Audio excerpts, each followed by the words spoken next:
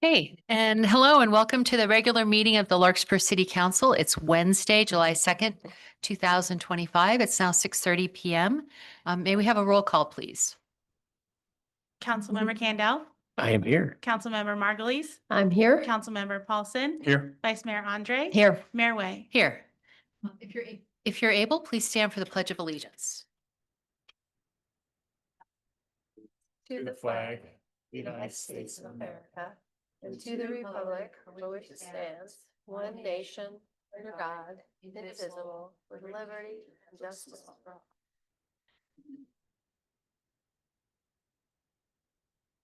Thank you. I spilled some water back here, so I'm rolling around a little extra.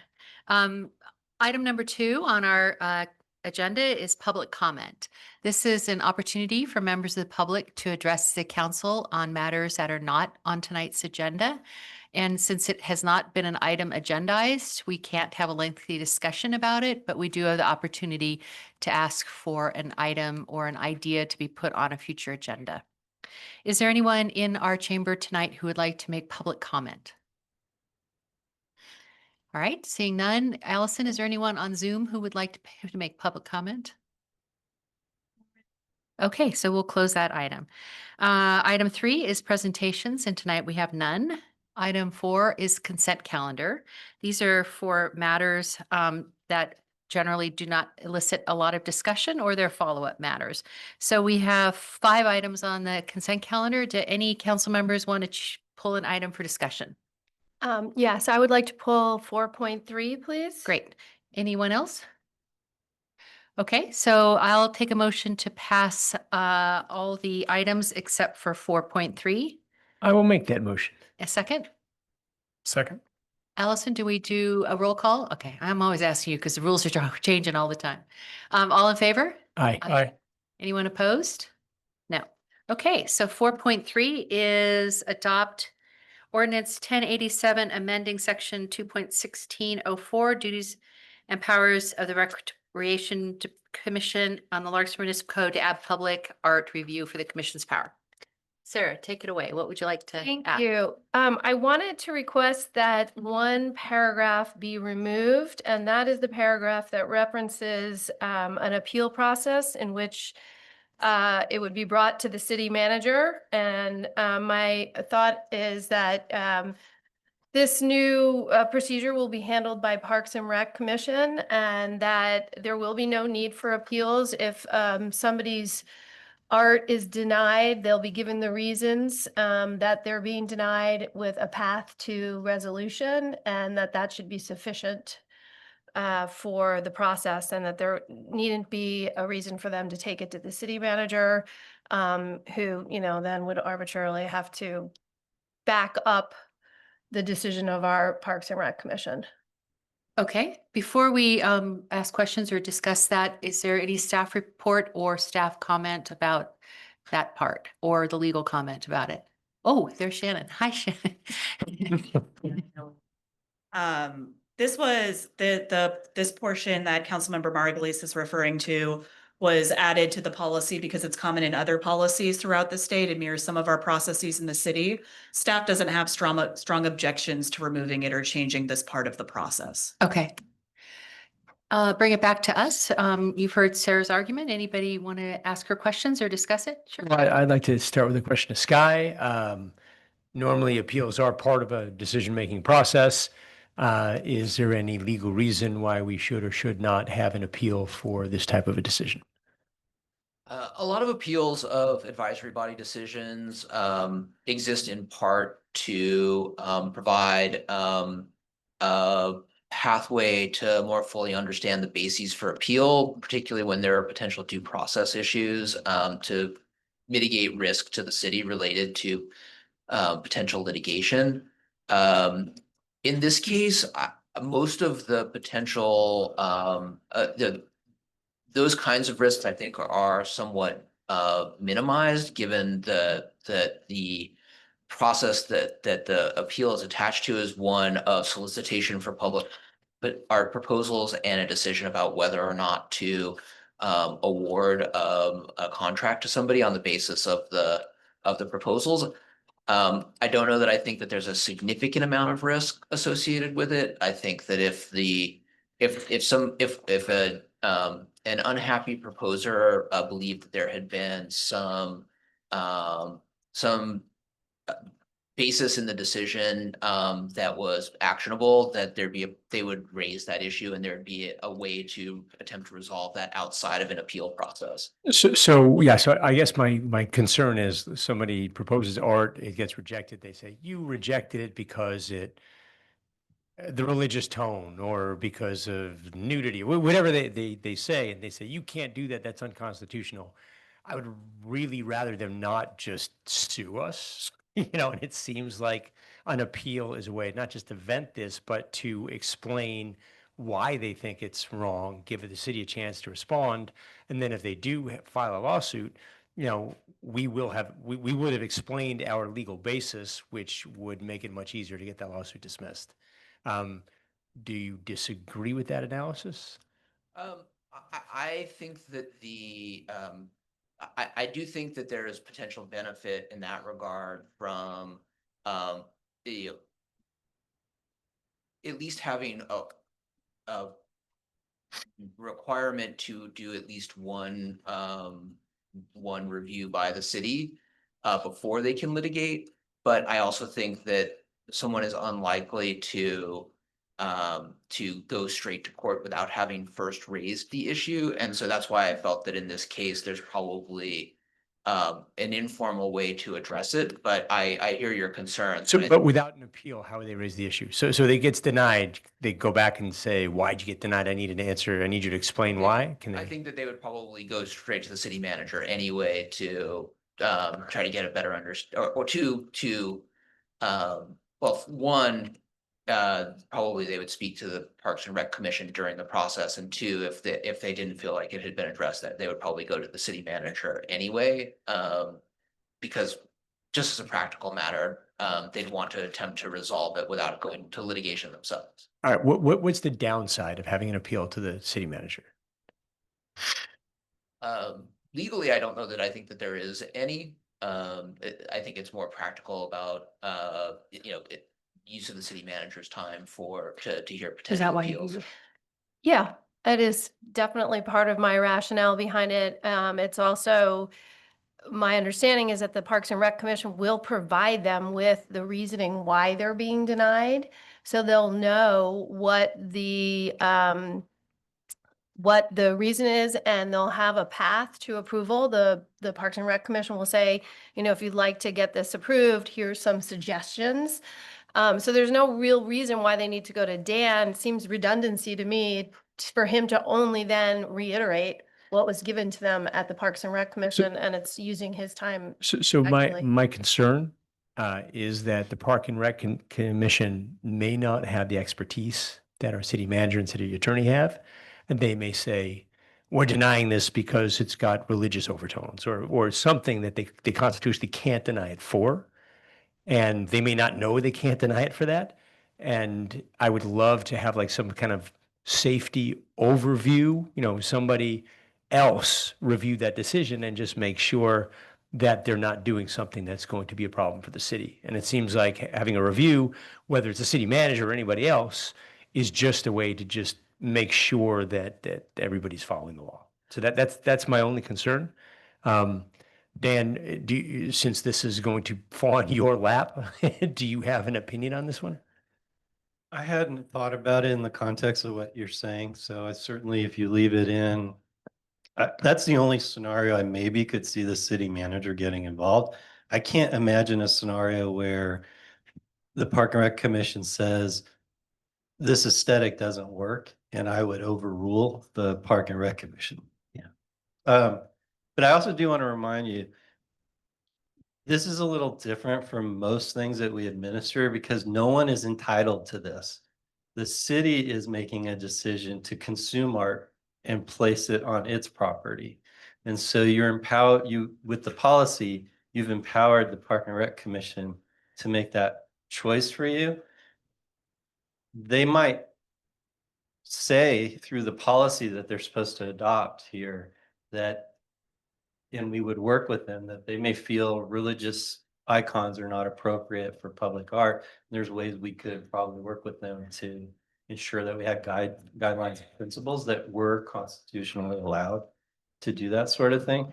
But the applicants here don't have any right that their art will be displayed. And I think it's just a different thought process. Okay, so with that in mind, and I don't want to drag this on too long, Wait, but let's see if with these guys with have- that in mind, I just want to ask Sky, even though you don't have a right to have art, if the city says we don't want to put that art up because it represents the Muslim religion, we don't want to do that, whatever it happens to be, I'm assuming we can't do that. And that even though they don't have a right to put it up, we can violate some constitutional principles by rejecting it for the wrong reason. Is city speech. So the city would be selecting art to display publicly that it believes reflects a city perspective or point of view.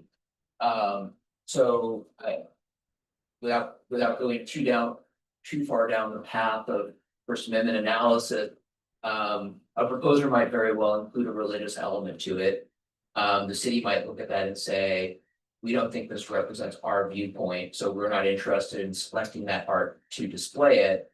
The proposer might then allege that it is discrimination based on religious viewpoint, but ultimately, to me, the fine point of the law would be, has the city created a process where it is compelled to select a point of view about a religious issue that does not reflect its own speech. And I think the city would be relatively well protected even under current court decisions, but it is a highly fraught area. Nevertheless, I think your perspective is a valid one about risk mitigation. I just also think that the difference between a formal appeal and how one of these issues would play out practically is sort of minimal anyway. It's going to end up with Dan one way or the other. So whether or not you call it a formal appeal or not, it's going to end up at that level. I think if anything, maybe another way to approach it would be to think about whether or not, and this is something that we could, without necessarily changing the policy, and I'm sort of thinking about this on the fly, is to have a process for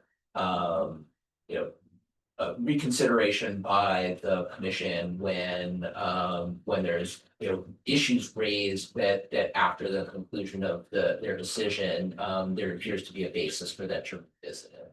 So Shannon, I wanna think you had something bring you wanted just to a few add? Things, not legal in terms of us getting sued, but just about how the policy is crafted for the benefit of the public who might be listening and hasn't been with us this whole time. So staff will look at and review the policies before any appeal, or I'm sorry, staff will look at and review the art before it gets to the commission and can flag certain things that may be the case. So it's not that the city manager or the city manager's office would really be looking at the art for the first time after it goes to commission. So there are some things in there that are already baked in to Preemptive, work with yeah. the artist before anything goes before a review body. The other thing, and I don't speak to this legally, but just in terms of having a variety of viewpoints in the community, the way this policy is written is public art is temporary unless we decide to make it permanent. And there's a lot of benefits to that. We're a small city, we only have so much space. But one of the real benefits of the temporary art is that you can rotate what kind of views you reflect in the community so that there's a diversity there where there's a possibility for inclusion. Whereas if everything's a permanent acquisition or installation, some ways just by virtue of it being permanent, you aren't reflecting as many views as you could otherwise with temporary installation. So that's just one of the benefits that's why a lot of cities have that in So, their policies. Any Um, other? And then I had one Oh, last thing. so you had Sorry. one more There's thing. nothing in the policy as written that precludes the artist from bringing it back to the commission revised Oh, right now. So there's nothing that makes the one time you go to the commission final for your art. If they would like to see something revised or reconsidered or a different piece of art from an artist who'd like to bring something to the community for a public space. All right, so Sarah, just final perspective. I understand what you're saying, and I think in most cases it would be a waste to bring it to the city manager, waste of his time.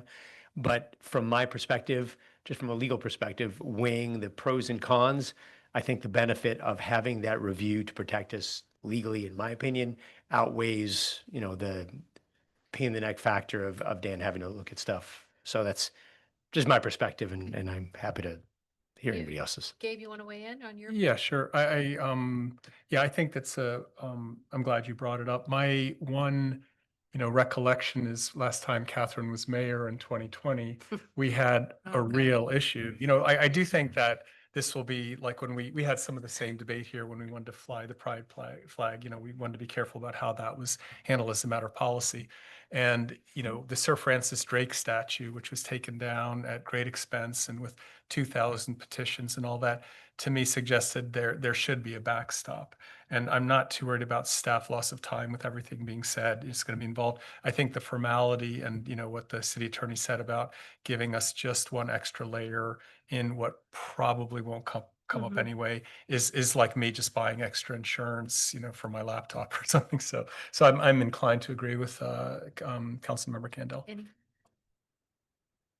I don't have anything to add Okay. to what's already been said. Okay, so item 4.3 was pulled and discussed. I'm offering to see if you have a motion in regards to it and we can vote on it, or if you have a direction you would like to pursue. Yeah, I mean, I will make the motion Okay. to pull the paragraph from page 3 at the bottom of page 3 and to remove that appeal process from Okay. Is there a the second? policy. I'll second. Okay, so we have a motion and a second to remove that one paragraph from the appeals section of the art ordinance, which is on consent item 4.3. All in favor? Aye. Aye. Anyone opposed? Nay. Yes. Aye. So I think that sounded like a 3-2 opposed to pulling that. Is that what you heard too, Allison? Okay. As opposed to approving it with the amendment. Yeah. Right. that Now, just on the table. Yeah, now Yeah. I'm going to make a motion to approve it without the amendment.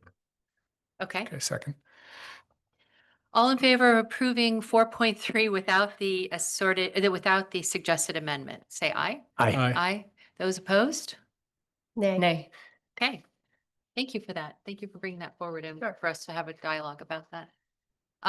Thank you, Assistant Manager. That brings us to item 5, City Manager's oral report. Just a few things, Madam Mayor. First wanted to acknowledge Nick Stone in Recreation for having guided the Music in the Park program, Yes. which just finished. And I understand, I think all of you We all went there. were at the final one, and want to thank our partner, the Larkspur Community Foundation, who sponsored Music in the Park this year as the major donor. I think it was a big success. And we're really working on that program to figure out what the right scale is while keeping it sort of very low key. And I think we're getting there, and hopefully we'll just keep growing it in a way that makes sense. And just wanted to thank Nick for his work there.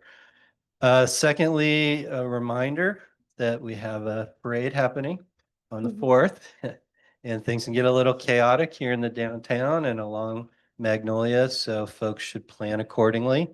But hopefully you don't have to plan because you're planning to be out here celebrating with the community. He's And- in a band. He's playing. And I did hear that there's actually a lot more music involved this year, and I think a lot more flatbed trucks so that the bands feel comfortable and safe playing as they move through the parade. And just want to thank the Corte Madera Chamber of Commerce, who takes the lead in administering the parade for both Larkspur and Corte Madera. And looking forward to another great celebration this year.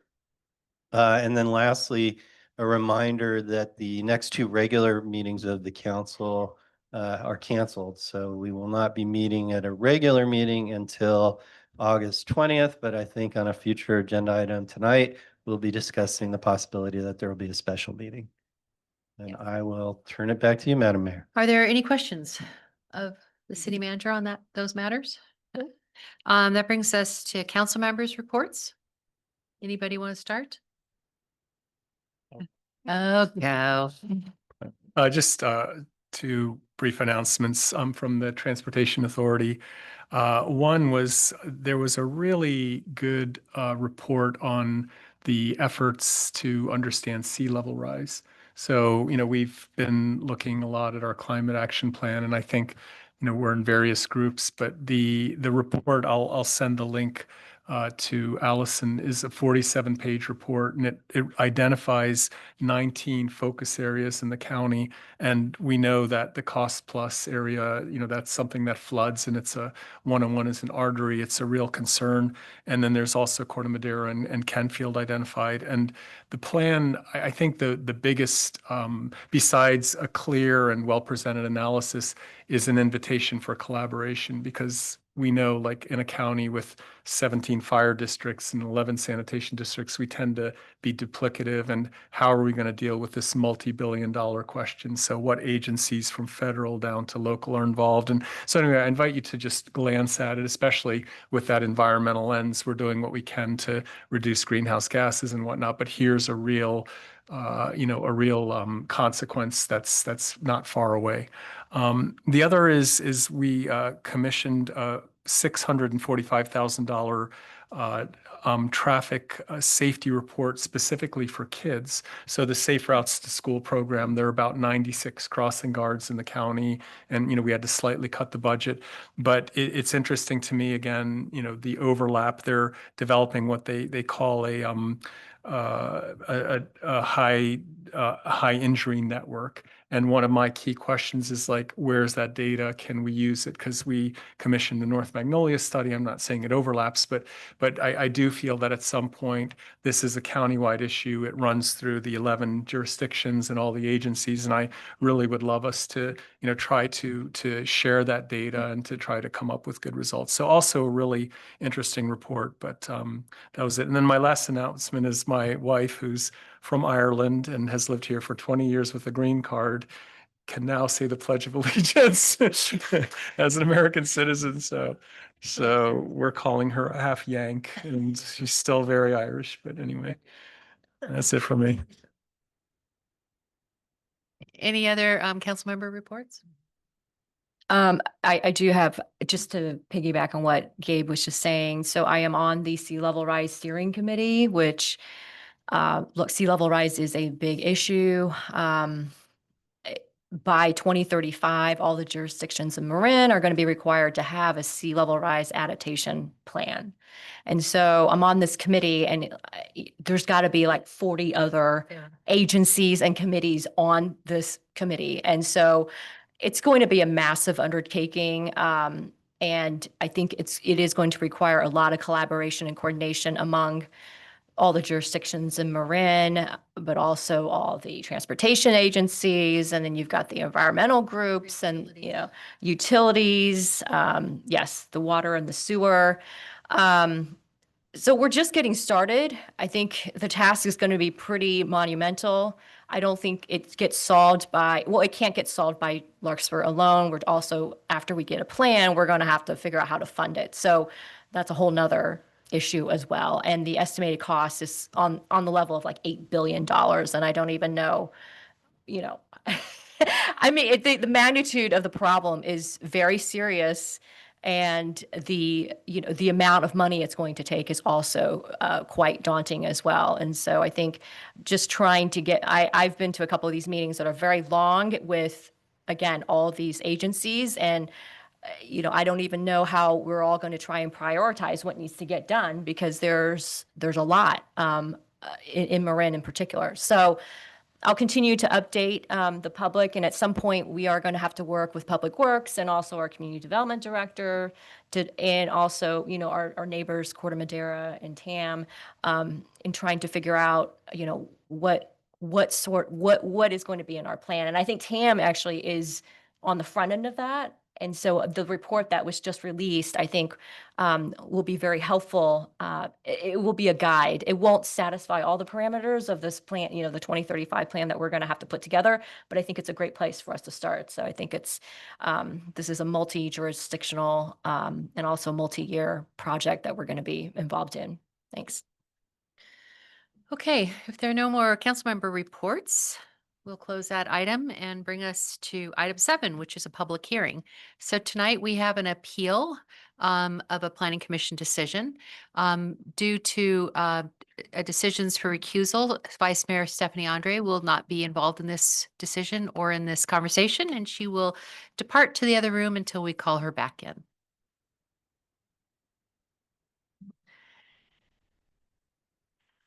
So I see both the appellant and the homeowner here tonight and their representative. So let me just go over what the ground rules are of what we're going to do tonight, so that we're all on the same plan.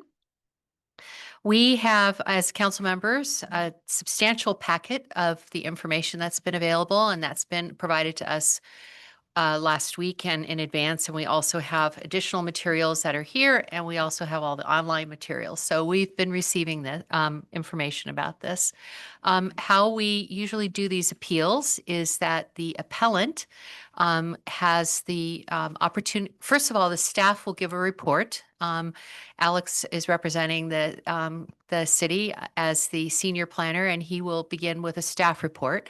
And as he gives his staff report, after he's completed with that, we can ask questions of a council can ask questions of the staff for clarification, for understanding policy a little bit better, et cetera.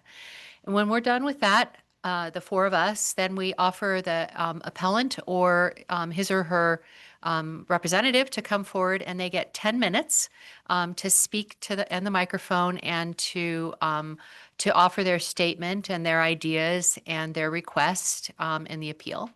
And after that 10 minutes is up, then we get to ask questions of the appellant as far as clarification questions, questions and concerns, ideas, et cetera. At that same time, we can also speak with staff to clarify some of the concerns or some of the questions that may have been brought up. When that is done, then the homeowners or their representative can come up for 10 minutes and give their presentation, including whatever materials they've provided in advance to our city clerk or to the city, except to us.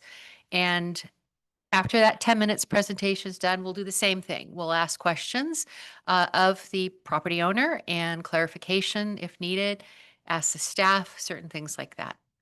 Then what we do is we open it to a public hearing. This is a public hearing process. There have been a few additional, we have received some emails from some of the public, but the public is offered a chance to bring up their opinion. And they can do it, they've done it already online by submitting emails and letters of support or letters of support for the property owner or for the appellant, or they can come up to the microphone. We offer it to community members who are in the chamber first, and then to members who are on Zoom.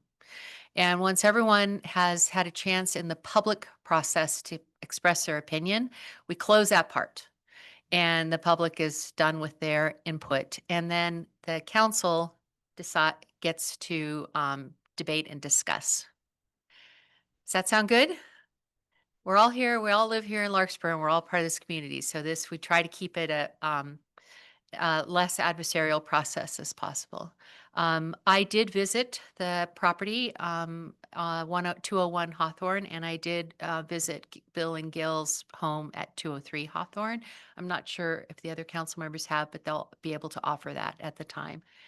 We usually disclose that so that it lets you know we've been there to see what's gone on.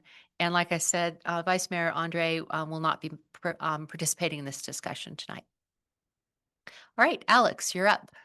All right, thank you. Good evening, Ms. Mayor and council members. The item before you is an appeal of the Planning Commission's May 27th, 2025 approval of a project located at 201 Hawthorne Avenue. The project proposed to demolish the existing structure and construct a new 3,927 square foot residence and attached garage. This required the approval of 4 entitlements: design review, floor area ratio exception, a slope use permit, and a heritage tree removal. The project is located at the corner of Hawthorne and Willow Avenue. It's highlighted in blue here for you, and the appellant is located directly northwest, I guess I would say. At 203 Hawthorne, it's a flag lot highlighted in yellow, which I apologize, it may be hard to see on the overhead. And for context, here are the proposed site plans. The existing residence is concentrated in the northwest corner of the lot. The proposed residence would spread the building out over a majority of the northern portion of the lot while still maintaining a similar setback from the public right-of-way. And here are the proposed floor plans. The first level includes a majority of the living space, garage, and a guest bedroom and bathroom. And the second level contains more bedrooms and bathrooms. And here are elevations. I do just want to note, well, first of all, this is the front elevation of the structure, and I would note that in their approval, the Planning Commission conditioned the project to reduce the overall height by a total of 18 inches. The applicants have updated the plans, and in this case, reduced it, I believe, 2 more inches to 20 inches, and that is shown by this dashed line above the roof ridge here. So this is the view of the front of the residence. This is the rear elevation, which would be the view that the appellant would have should this be approved. Alex, you're speaking of the flags, and when I visited the property, there's a third level of flag. What does that refer to? Yes, I think the applicant can probably confirm, but I believe there is an original set of flags there from when it went to the planning commission. Okay. There is one that was at a 24-inch reduction, and then there's a white piece of white one. tape in the middle that is actually the 20-inch reduction Okay. that they've proposed to be updated here. Quick question, Alex, what are the ceiling heights on both levels? I think both levels have a 9-foot plate height. Keep going. Thank you. Okay, and here is the east elevation. This would be the view, I suppose, if you were standing on the stairway up to 203 Hawthorne. It's likely not visible from the right of way too much. And this is the west elevation from that the neighboring property on Willow would have. So the appeal centers on 3 points: the view impacts of the residents on 203 Hawthorne, the bulk of the structure as it appears from 203 Hawthorne, and the inconsistent application of the municipal code. As noted in the staff report, the city does not have a view protection ordinance. Instead, in order to approve a design review entitlement, the approving body must find that the project does not result in an unreasonable loss of an existing view. Staff finds that the applicants have made efforts to mitigate the loss of view. However, the design does continue to result in a loss of the existing view for the appellant at 203. And the images on the right here are provided from the appellant. This one on the top is the current view obstruction highlighted in purple.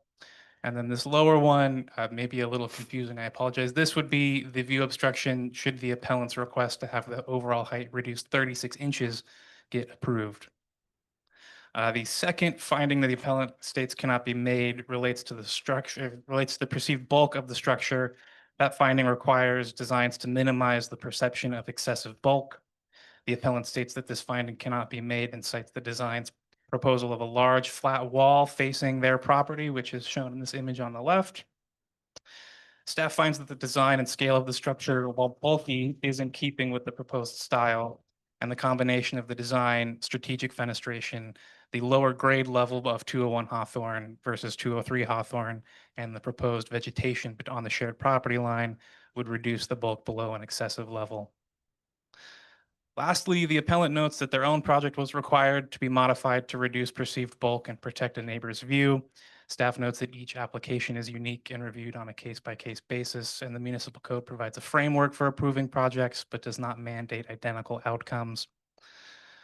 So in conclusion, staff recommends that the council review the request, determine if the view impact is unreasonable, and if reasonable, deny the appeal and uphold the Planning Commission's approval of the project by adopting the proposed resolution. If the council finds that the loss of view is unreasonable, it should either grant the appeal in part and require modifications to the design, overturn the commission's decision and direct staff to return at a future meeting with appropriate findings and a resolution, or request more information. So that concludes my report. I'm happy to answer any questions. Thank you. Thank you, Alex. We'll just give you a minute. That's all right. Okay. Thank you, Alex. So, let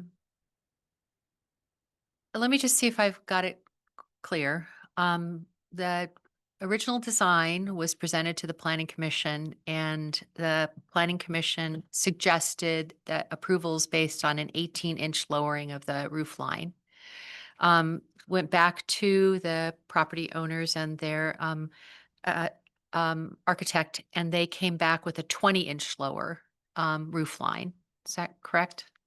Yes, that was a condition of approval. Of They didn't approval. return to the commission, but this was an updated set provided Yeah. for this. So they did 2 inches more than the planning commission had approved. Yes. And now a request is actually to bring it down an additional 12 inches. Am I doing my numbers correctly? An additional 16 inches. An additional 16, okay. Which would enhance 203's view to 66% is what the proposal is. Yes, the appellant can probably. Yes, give a speak little to that more. I information on the math, but I believe the idea is it would maintain the existing amount of obscured area currently. Right, okay. So before we hear from Mr. Gill, are there questions that you would like to ask staff? I have a question. Sure. Thanks, Alex, for the report. And I also went over to 201 Hawthorne as well as to 203 Hawthorne, and was invited in to see the flags and the story poles from 203's perspective. So I want to make sure that I put that out there. Somewhere along the way, I read something about 24 inches. I think there was an email exchange, and maybe that's going to come up later. So I'm operating under the assumption that the actual the amount that the applicant is coming down is not just 20 inches, but it's actually 24 inches. My understanding is it's 20 inches currently. I believe there was some discussion about 24 inches, but I don't believe that's what the proposed plans reflect. Yes, correct. Okay. I think you're referencing in this packet, that was an email that looks like it was sent. It doesn't have a date, but it like does. June 5th or something. Yeah, it does reference that. You're right. Okay. All right. Is that any more right now? I have a quick question. Do you Sure. have more questions? No, that's good for You now. done? Thanks. Okay. Alex, could you pull those slides back up and just go to the next to last slide, please?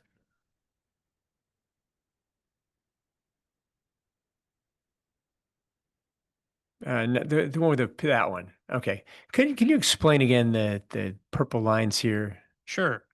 So the top image, the purple line is the outline of the existing obstruction of the view as it exists today. And then this lower image here, that was prepared by the appellant. And this, I believe the top line here represents their request of a total of 36 inches of height reduction. So that, should their appeal be granted and modifications be So the required. purple represents what they're asking and the flags represent the current. Yes, the flags, it's going to be kind of hard to see in the image, but the top level flag represents, I believe, what was presented to the Planning Commission. There's a second lighter orange flag that would be, I believe, the 24-inch reduction in overall height. And then probably very difficult to see is there is a white piece of tape between the two, which is representative of the current proposal of a 20-inch overall reduction. All right. I have a question for Sky. Yeah, but hold on. So just to clarify that, so the purple line on the top image is actually the obstruction that already exists. Yes. And then the purple line on the bottom image is the planned development, which is actually has a roof line that's lower than what already exists. The one on the bottom would be the appellant's request of what the roof line would be reduced further, for that 16 inches The further. flags you can see are there, which are a little bit higher. Yeah, yeah, exactly. Okay. And those represent the various heights. Ask your Sky question. There's Sky. So I love it when the lawyer and the lawyer talk. I'm just trying to understand, obviously there's going to be loss of view.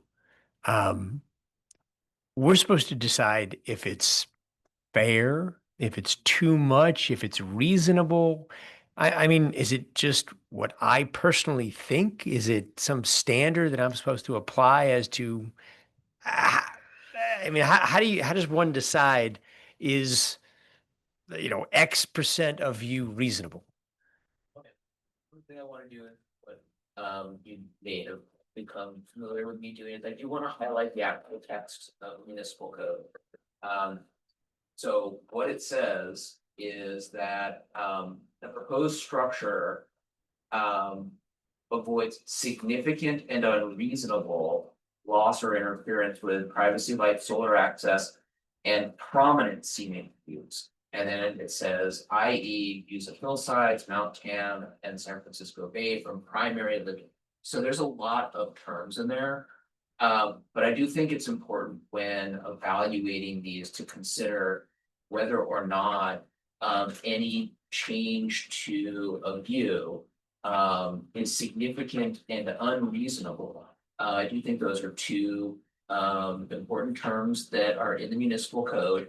And that as laid out in the staff report in writing and is just presented, is to consider what is the current view and what would be the review after the proposal is implemented if approved. And then evaluate whether or not that constitutes a significant and unreasonable change from the baseline. And there's no standard for unreasonable. It's just what I happen to think is reasonable or not reasonable, and the same for council members. Is that right? I think that in the past, council members have considered whether or not, given sort of a standard or resident expectation of what they would have from the baseline, relative to what it would be if the proposal were approved. Is that something that a typical resident would consider to be a significant, not just any change, but a significant change relative to the base? Thank you. And in your example of prominent views, you gave the example of, let's say, a Mount Tam view or a view of the bay or a view of the ocean, those as examples, but do we have any further definition of prominent views that are specific to Larkspur other than that? So this code only provides those examples. And Okay. again, it is supposed to be a prominent scenic view. Prominent scenic view. So it has to be a significant and unreasonable loss of a prominent scenic view. And it provides those examples. I believe that Alex could probably answer this more broadly than I can, but I think that the only like truly recognized view of significance in the city is in the housing now, is in the general plan, and that is views of Mount Tam. Okay. Basically, like from the highways, views of Mount Tam. Yeah. Any questions of Alex before we move on? Or of other staff? Nope. Okay. All right. Well, we reserve the right to come back to you, Alex, with questions. So, all right. So I would like to offer the appellant or his or her representative to come forward and speak at the microphone and address us in reference to what your appeal is. And you can introduce yourself. We've met, but you can introduce yourself to the community. You'll need to come close to the microphone because we need to pick it up on the video recording. I do have a bit of a logistical issue, and that is my presentation is based on some posters that I brought. And so I'd like to put those on the magnetic board here. Oh, okay. So I will stop the timing so that we Okay. can do that first. Is that all right with you, Allison, to help him? Thanks. We might not see very well from here, but They're pretty big. okay. I'm hoping that you will be able to see them. Oh, they are. Okay, so if you put them up for the community to view and then we have a printed document, that's great.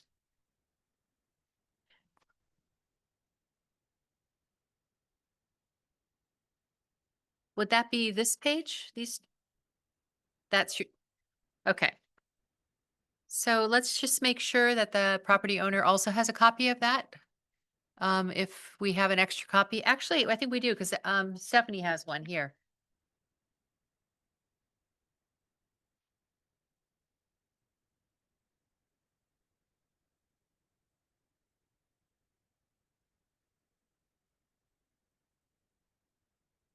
Alex, could you take this and hand it to the property owners to make sure that we're all looking at the same thing and they can see it closer? like we are? Thank you.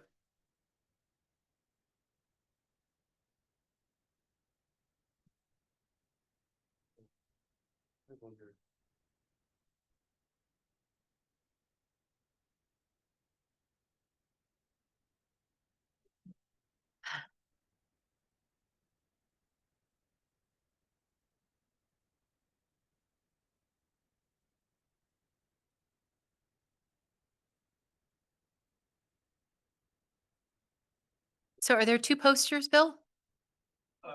There's 4. Okay. I don't know if we have a lot of room for that. Yeah, you do actually, because these slide up. Okay. We just can't obstruct the top. Oh, I see. Well, we can slide them around. if I can fix that.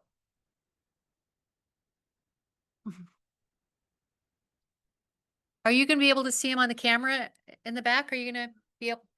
You'll try? Okay.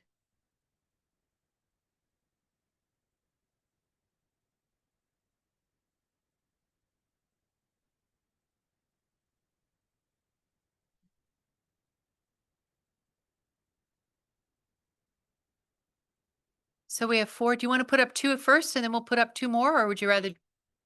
Well, better if All right. they all go up and then I just, I'll just slide the. Yeah, let's do this.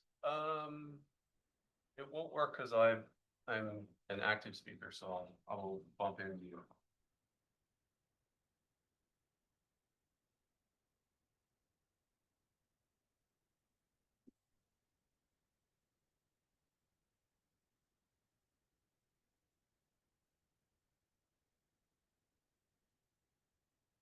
Thanks, Allison.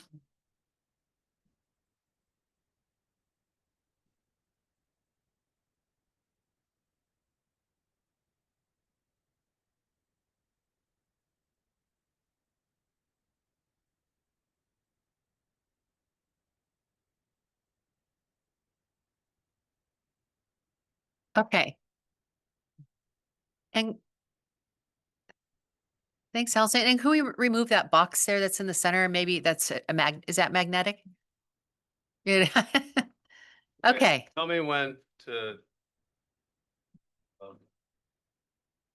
Um, I think you're probably good there. Okay. All right. Is that those 2 items are your visual presentation? Okay. And just 4.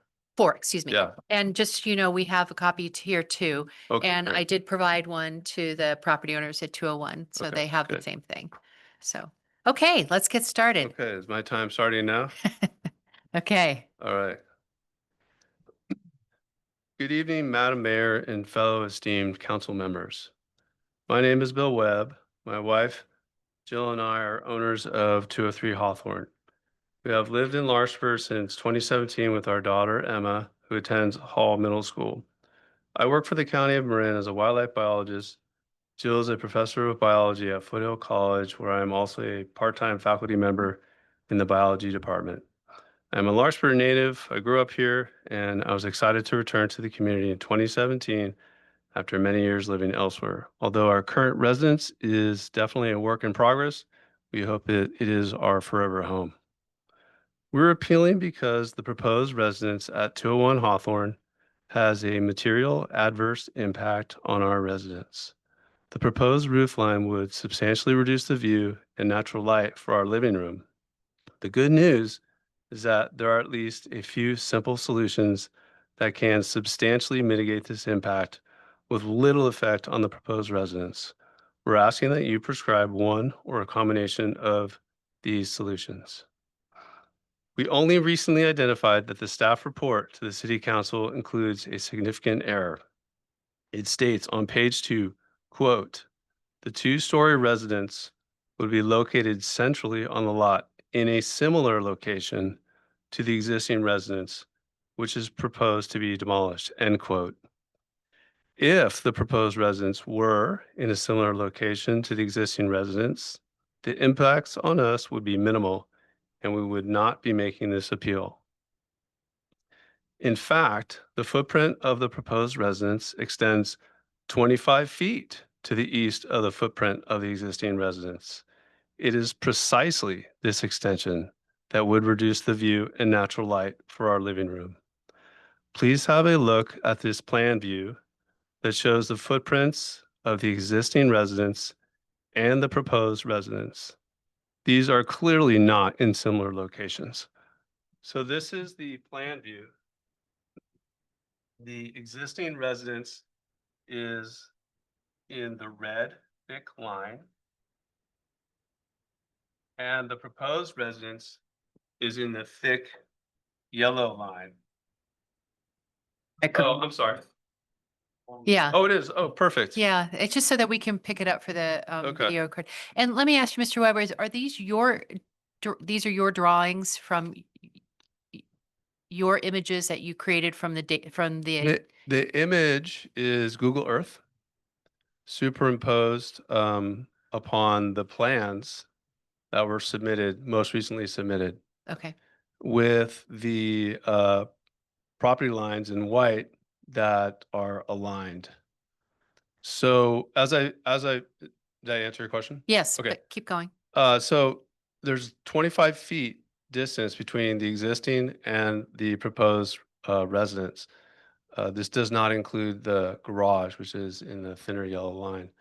And I'm sorry, quick question. Yeah. When you say 25 feet, you're talking about the left-hand side of the yellow and the left-hand side of the red? From here, Yeah, where are you talking about So, where are the 25 feet that you're talking about? 25 feet between here and here. Okay. so I don't want to cut into your time. So I think what we'll do is we'll let you complete your Okay. discussion because I don't want to cut into your time, and then we'll That's ask you our questions. Okay. So 203 Hawthorne, where we live, is right here, and our living room is right here. And the view is directly to the south where this extension is proposed. The other graphics I'd like to share compare the current view from our living room and the view we would have with the residence as proposed by the Planning Commission. The first view shows the existing condition with the story poles. The red flags represent the original roof height proposed by the applicants. The white tape is 20 inches below the original roof height and 2 inches below the height required by the Planning Commission. This is the roof height associated with the current plan submitted by the applicant. The orange flags are 24 inches below the original roof height. As described in our appeal, our existing view is already highly obscured. The second view, okay, here, this goes down and that goes up. If it'll pass, it won't pass. Yeah, with the.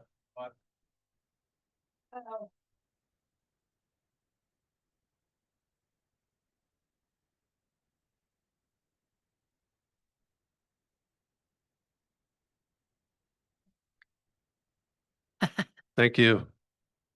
Thank you. So this second view represents the proposed roof as approved by the Planning Commission based on the story poles, as we can see from our living room. The proposed roof ridge follows the white tape, which is the 20 inches below the original level approved by the Planning Commission. The green section in this view represents the existing residence, which will in fact be demolished.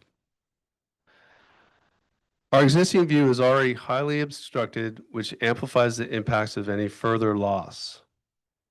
And, okay, I lost my place. So yes, no, I'm right on target. So this is what the roof would look like based on the white tape, which is the level that is reflected in the plans that have been currently submitted. And so since our existing view is already highly obstructed, this amplifies the impacts of any further loss such as that. And so it's pretty clear that the residence approved by the Planning Commission would result in much greater obstruction because of that 25-foot shift of the footprint to the east. So please keep in mind that this is the only view we have from our small home. We definitely appreciate that the Planning Commission and the applicants have proposed modest lowering of the roof ridge line to reduce the impacts of the proposed residents. But we feel that these proposals do not go far enough to reasonably mitigate the adverse impacts. As we described in our appeal, there is still a significant reduction in our view and light even with these proposals. So our goal is to reduce the height of the proposed ridge line by an additional 18 inches beyond what the Planning Commission approved. So this is 16 inches below the white tape on the story poles and 12 inches below the orange flags. As described in our appeal, a view loss analysis shows this additional 18-inch reduction results in approximately the same amount of view obstruction as currently exists. So this is what we're requesting right here. This would be 18 inches below what the Planning Commission approved. And the amount of view obstruction here would be essentially equal to what we have now prior to the construction of the proposed residence. So this and this would be similarly obstructed. So I said there's at least a few simple solutions that can achieve this 18-inch height reduction and substantially mitigate the impacts on us with little effect on the proposed residents. And I'd like to point out that these solutions don't require a reduction in floor area or any modification of the proposed footprint. 3 simple solutions we'd like you to consider either individually or more likely in some combination are as follows. 1, the first solution is to lower the elevation of the roof ridge by decreasing the slope of the roof. As the slope of the roof gets flatter, the ridge comes down. The second solution is to lower the elevation of the foundation. This can easily be accomplished because the lot for 201 slopes downhill to the south. The proposed design already includes substantial grading for the foundation.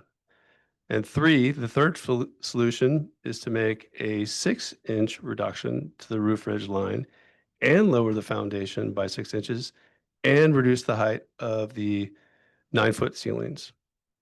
There may be other solutions, but these are the 3 we have identified. The impacts on the proposed residents are particularly minimized by the third solution, which involves minimal reductions to the roof height, foundation level, and second floor ceiling height. Each of these is reasonable, relatively easy to implement, and would substantially reduce the impacts on us with minimal impacts to the proposed residents. So as you think this over, please keep in mind that the staff report contains a significant error stating that the proposed residence is, quote, in a similar location to the existing residence. Thank you. Out of time? Yes, we Okay. are. But we have questions, so don't go away. Okay, all right. Thank you for that.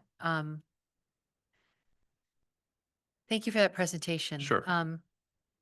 I think let's start. You can sit down or stand. It's up to you if you're comfortable with it. I think I would like to just ask some questions of staff first to clarify some of the statements, and then we're going to speak with you, Bill. Okay, so hang in Yeah, there. sure. Alex, could you please first address the page 2 comment that, and can I have page 2 right here? Can you tell me what paragraph it's been referenced to? That there was that the staff report is incorrect in its footprint assessment? Just, So it would be the first paragraph under project description. you don't, what, go ahead. Oh. Okay, I just want to see. Oh, yeah, it would be it's the first paragraph of Project project description, description. it starts on March 14th. Yes, and it Okay. would be the second sentence. The 2-story residence would be located centrally on the lot in a similar location to the existing residence. Okay. I'm just wondering what we were referencing. Any other questions of staff? Okay, so Mr. Gill, did I say that right? Webb. Webb, Gillen, Gillen. Oh, Will it's actually Webb, yes. Jill as in Jillian. Yes, It's that, okay. yeah, it's good. I get a lot of, my last name being Way, I get a lot of comments I'm on sure. my name too. So, let's begin by asking some questions of Bill. Does anybody have any for clarification? I actually don't right now. I want to hear the other presentation first, and then I may have some questions. Yeah, Yeah, thanks for that. And the pictures I thought were helpful. I've been looking at them. So I'm trying to understand um, partly your circumstance and run up against what we heard as code that we don't want to have any significant loss of views. So it looks like your deck is so let's just talk about what's existing. So it looks like your deck, and first of all, I'm sorry, maybe you can just describe where the view is from. Is it you said from your living room or Yes, yeah. yeah, it's our living room, and it's an old house. Yeah. It probably predates the city of Larkspur. It has a lot of quirks, and those sets of windows in the living room they're very low. They're 6 foot high, and it's essentially what we will have for some time, and that's our only view from our primary living space. Okay. So I was just reading the the statement here that the views in question are from the entry vestibule that has a 7 foot plate height and a screen balcony obstructing the view out the window. That doesn't sound like the That same thing. doesn't, I'm not, that verbiage does not sound familiar. So it's not the entry vestibule, it's your living You room. you can, I mean, there is obstruction from the entry as well, but our primary focus here is from our main living space. Okay. And then from the picture, so right now, you know, not to do the math exactly, but you have 4 window panes there, and the 2 right window panes currently are completely obstructed. Yes. So, and then there's a good bit of reduction. It looks like, depending on your height and all that, up to a foot, on the 2 left panes is from the deck or from the It's balcony. primarily from the fence. Okay, so this to me looks like your current view is under 50%, because you're talking about It the is, view. in fact, I quantified it, so it's 40%. Okay, it's 40%. And it's also qualitative because I guess you don't get the right, but I'm sort of curious what you're looking at because I'm, in the absence of a really strict Right. view protection policy, a North Star kind of guidepost to me is loss of TAM. I mean, I think you could go to a realtor and say, am I going to be able to sell my house? And they might say, Sure. you just lost $50,000. Well, I get what you're saying, and I understand the difference between looking at Mount Tam and looking at the green belt. But I also understand the difference between looking at the green belt and a composite roof, and that's what we're faced with. So we are, most likely going to have a primary view of a composite roof. And essentially what we're saying is like, hey, can we just make it the same percentage view as what we already have? Mm. That's where we're at. Okay. And the calculations, those were done by you? Yes. Okay. Using open source, so Okay. anyone can do them. Okay. But Great. to Councilmember Paulson's point, right now you have 40% obstructed view because of the green shaded area, which is the 60% obstructed. yeah, well, you just said 40%, which is the existing roof May I pull line. this up? For Yeah, but the top right, the existing roof line that's already there will be demolished and Yeah, that will certainly improve. And this whole analysis, includes that as well. So this one right here would be probably about 69% obscured. Yeah, 40% view or 30%. Um, Yeah. So I don't want to get too mixed up here, but the view is equivalent between what we're requesting and what is existing. So they would both be about 60%. This is 60% obstructed.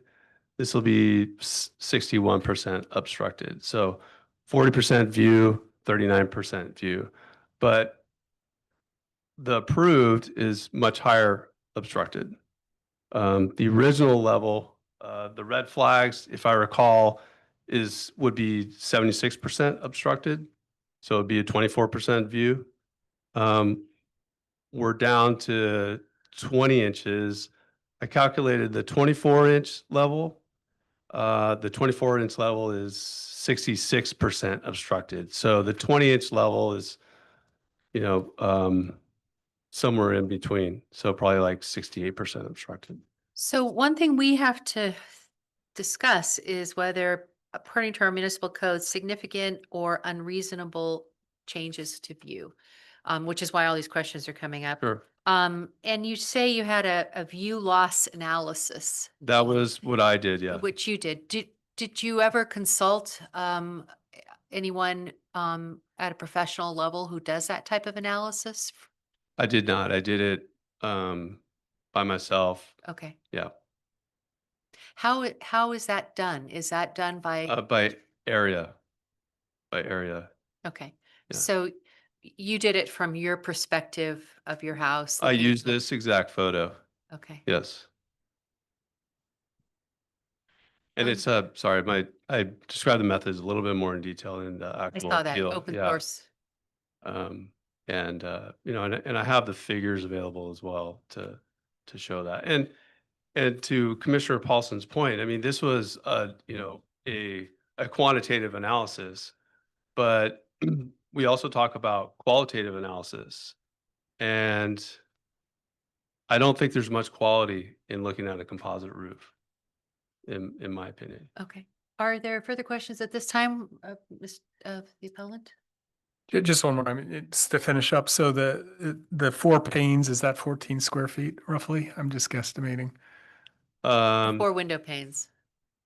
So if I remember, I don't want to say something that's not correct. I feel more comfortable with the tape measure. So I won't even hazard a guess, but I do believe that's 4 feet right there. Okay. Okay, good enough. Thank you. Yep. Okay, thank you. Okay, thank you. We may come back for more questions later. I'm ready. Okay, we have 201 Hawthorne, which is David Goldberg or Heather Bernstein or their representative to speak. You've seen how this goes. Before we start the timer, any clarification questions you need about this process? Oh, no, I think Okay. we understand. We're gonna try to go as quickly as possible. It's all right. to Get our 10 minutes in. That's okay. So we're gonna present for probably 5 and then our architect Samita is gonna present. Okay, and introduce yourselves to the community, and that when your architect comes up, she should introduce herself too. Right, and I hate to be a nag about the microphone, but Got it it. really gets picked up if it's right in front of you. Okay. Thank you. Yeah. All right, go ahead. Good evening, Mayor and council members. I'm Heather Bernstein. This is my husband, David Goldberg. And we purchased 201 Hawthorne to move our family to a beautiful community. And Dave is going to go through some details of our exciting timeline of the planning process and our letters of support. And then Samina will go through kind of more technical architectural drawings. Hi, so I have some prepared notes. Just want to start off by first saying we want to acknowledge the thoughtful work of the Planning Commission and city staff. From our first pre-application meeting to the conditional approval on May 27th, we've engaged in good faith, met zoning and code standards, and welcomed community feedback. Over the past several months, we met with multiple neighbors, incorporated their input, and earned letters of support from six households who appreciate our project's responsible and sensitive design. When the commission required an 18-inch ridge reduction, we voluntarily lowered our roof design by 20 inches, then reinstalled story poles so everyone could see the real-time impacts of the heights. Less than a week before July 2nd hearing, our good faith dialogue shifted. We received a private email from the owners of 203 Hawthorne proposing that rather than adjust your design further, we fund roof and window modifications on their property to preserve their view. We respect the right to appeal, but this private proposal makes clear the appeal is no longer about views, code compliance, wildfire safety, or design. It has become a negotiation for funding improvements at 203 Hawthorne. In contrast, our project meets Larkspur zoning standards, height limits, WUI requirements, and follows every condition placed on us. We respectfully ask you to uphold the Planning Commission's unanimous decision and allow us to move forward with a fully compliant, well-designed home. So you guys have a handout and we have a slide on there of just all the email communication that we have done with the community and 203 Hawthorne. So as you can see from the detailed timeline, from the beginning of this process, we've made a consistent effort to engage our neighbors in good faith, especially the owners of 203 Hawthorne. Over the course of many months, we met with them multiple times, including an in-person coffee meeting in February, where no objections to our plans were raised. We also exchanged several emails and texts to share updates, offer compromise options, and invite feedback throughout the design and review process. In parallel, we met with planning department and neighbors around the property to walk them through the design and discuss potential concerns before moving forward. As a result, we earned 6 letters of support from the community.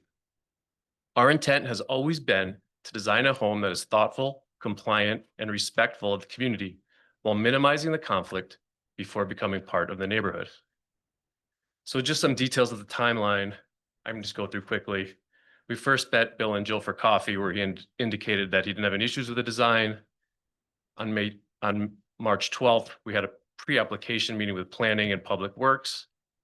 On May 20th, Jill texted us, "We do not have issues with the size of the house, but are wondering if there's a way to lower the roof line a couple of feet. I want to share this with you before planning meeting next week to see if there's a possible compromise." On May 27th, the project was approved with conditional 18-inch height reduction. Bill and Jill provided comments during the meeting, requesting a 36-inch height reduction.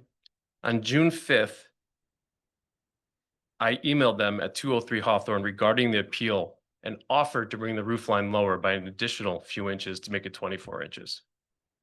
Then on June 13th, they emailed me modified versions of our architect's drawings without removing her title block and without our permission.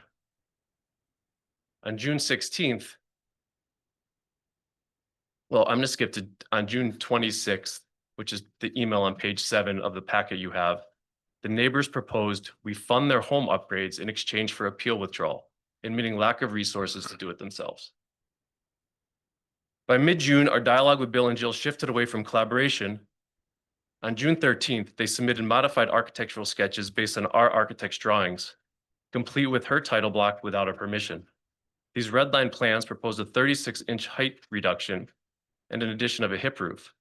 In their accompanying email, they referred to this as a compromise, intended to avoid expense and delays of a formal hearing. However, there was no actual compromise. They simply reiterated the same 36-inch height reduction, which was made during the Planning Commission. Then on June 26th, they submitted a new proposal. Rather than pursuing a design change, they asked us to fund window and roof upgrades to their home at 223 Hawthorne in exchange for dropping the appeal. They acknowledged lacking the financial resources to make these improvements themselves and suggested this arrangement would be more cost-effective for us than further modifying our already approved design. These actions raise serious concerns. Submitting unauthorized alterations, professionally prepared architectural plans, and following that with a quid pro quo financial request shift this appeal away from public interest and into private negotiation. We believe this undermines the fairness and integrity of Larkspur planning process. So in that packet, there's still a bunch of letters of support that we provided with you. And then just closing, we've approached this project with care, transparency, and respect for both the rules and our neighbors. We met every zoning, safety, and design requirement. We exceeded the Planning Commission's condition and made a meaningful compromise, including a 20-inch roof reduction, all in good faith. Yet, despite these efforts, the appeal before you is no longer about code compliance, design, legitimate concerns about views. It is now centered on a private financial request.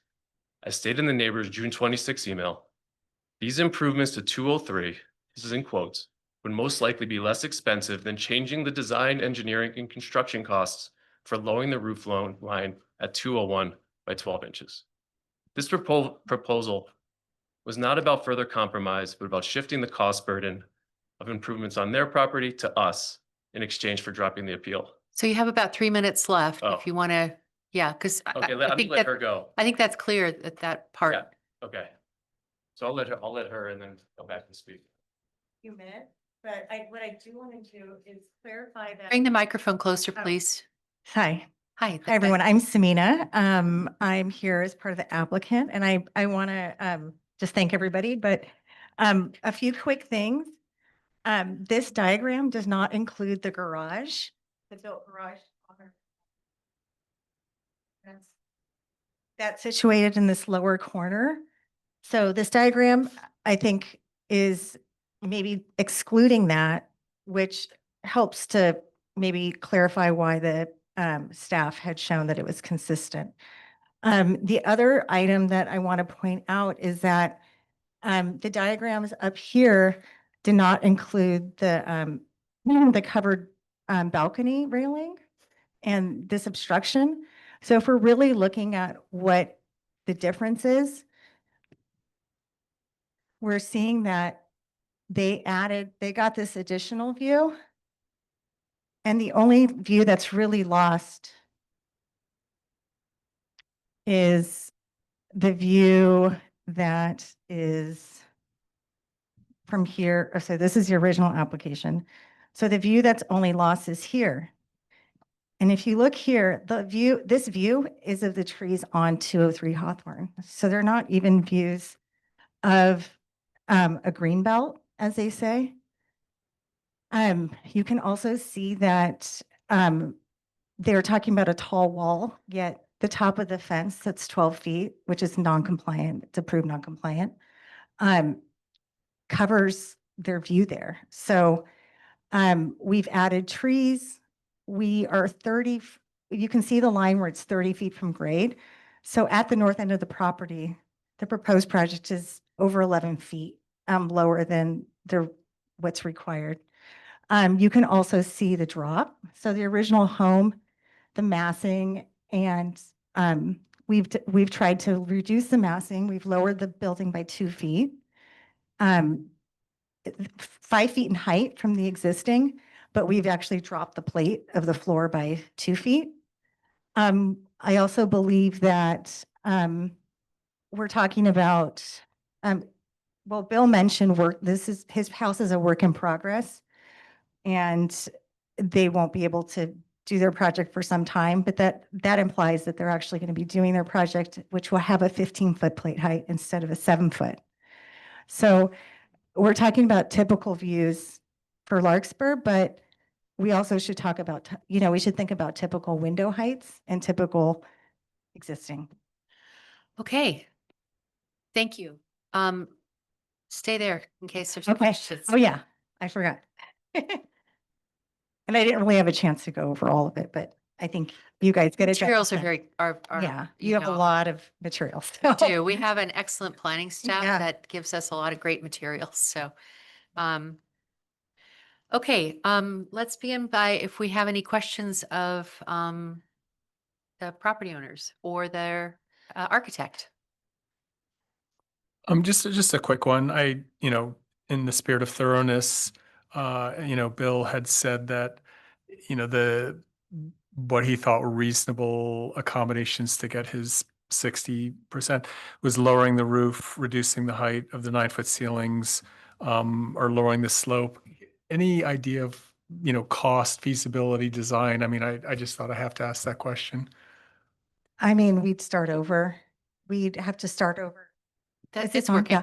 Yeah. We'd have to start over with civil. So we're actually already grading down 2 feet.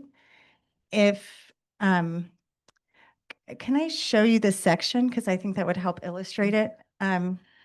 So the question, one of the solutions proposed was to decrease the elevation of the roof ridge or make the slope.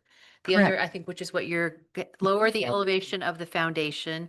And the third was a 6-inch reduction and lowering the foundation. Correct. So if we lower the foundation, you can see in the section here that we're already dug in here further. So if we lower, we're just continuing to cut into the ground and we're adding costs by creating more height for retaining walls and, all the infrastructure work that's required. If we move the building out, was that the second part? Sorry, I'm trying to, Yes, track. the lower the elevation of the foundation was a suggestion. And I Yeah. know you discussed that with planning commission already. correct, we did. And we talked to the planning commission, or sorry, to the planning commission, and we also, when we spoke to staff, they felt like the proposal that we had was reasonable, and that by lowering the pitch, that we'd be able to do that. Because to date, your application shows, we really don't want to move the foundation height because that requires reworking of civil and, all of, basically the whole thing. Yeah. Is the slope, I mean, I would think that the pitch of the slope, I don't know if you have open ceilings, exposed rafters, or if it has rock, but is that a possibility to look the? We are hoping to keep 9 feet ceilings, and that's pretty typical in Larkspur. You can see here that we have a closed ceiling because we're hoping to have our HVAC located at the elbow of the L. So that way we can take the ducts in both directions. So if we add a hip or lower the roof, we're really just making that unfeasible, and that's probably the most efficient way to go ahead and condition the space. Okay. Okay, thank you. Scott or Sarah, any questions of them? Okay. We reserve the opportunity to speak to you again after a public comment period of time. So, Okay, great.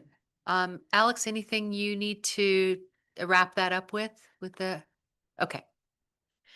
Okay, thank you. So this is an opportunity for public comment. So I'm opening, I got to do this, opening the public hearing. If there's, I'd like to acknowledge in one of our packets, we have a compilation of many emails that were submitted. And that is in the public record because that is also on the agenda packet that's published online. But this is an opportunity for anyone in the public to come speak with us and give your opinion. And you have 3 minutes. So who's interested?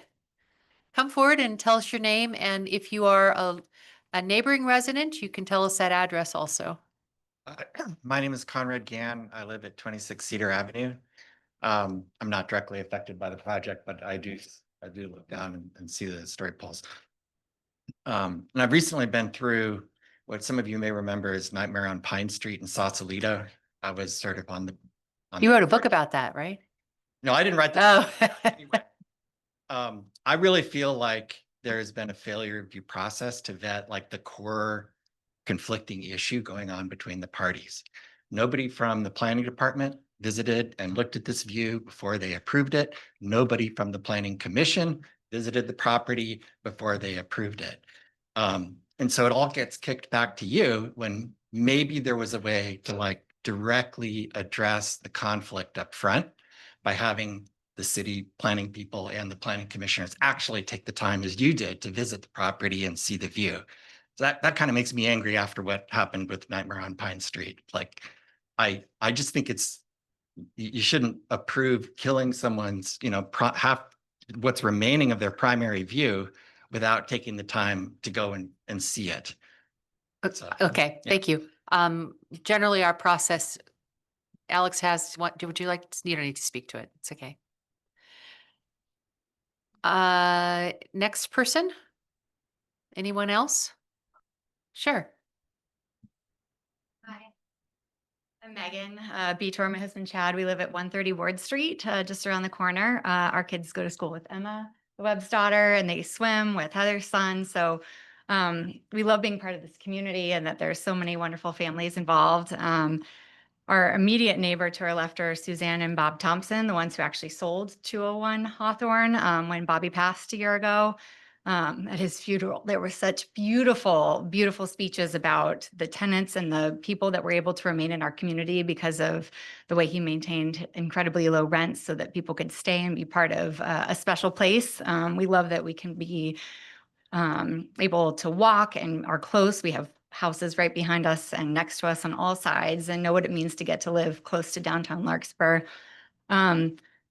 But when Bobby passed, unfortunately, they had to sell the property. The trust had to sell the property. Chad and I actually looked at it ourselves. We were really hopeful that we could purchase it and refurbish it and maintain the glory of this beautiful old Victorian with soaring ceilings and great views. It's in the Larkspur book, even though it's not historic. And unfortunately, it has to be torn down. Like, we tried so hard. We came with contractors. We thought, oh, we can do this. It'll be livable. And it's not. So if it has to be torn down, if it has to be rebuilt, we feel this property and the plan that Heather and Dave have in place is one that really fits and feels really lovely, really nicely designed. There's been others that are a little more modern, a little more monstrous. This feels really natural as a place to replace what is a lovely place that's part of the community. So we're here in support of this, because I would hope that if this does, I fear that if this doesn't move forward, what comes next is going to be a lot worse. So we're here in hopes that this works for everybody. Yeah. Thank you. Thanks.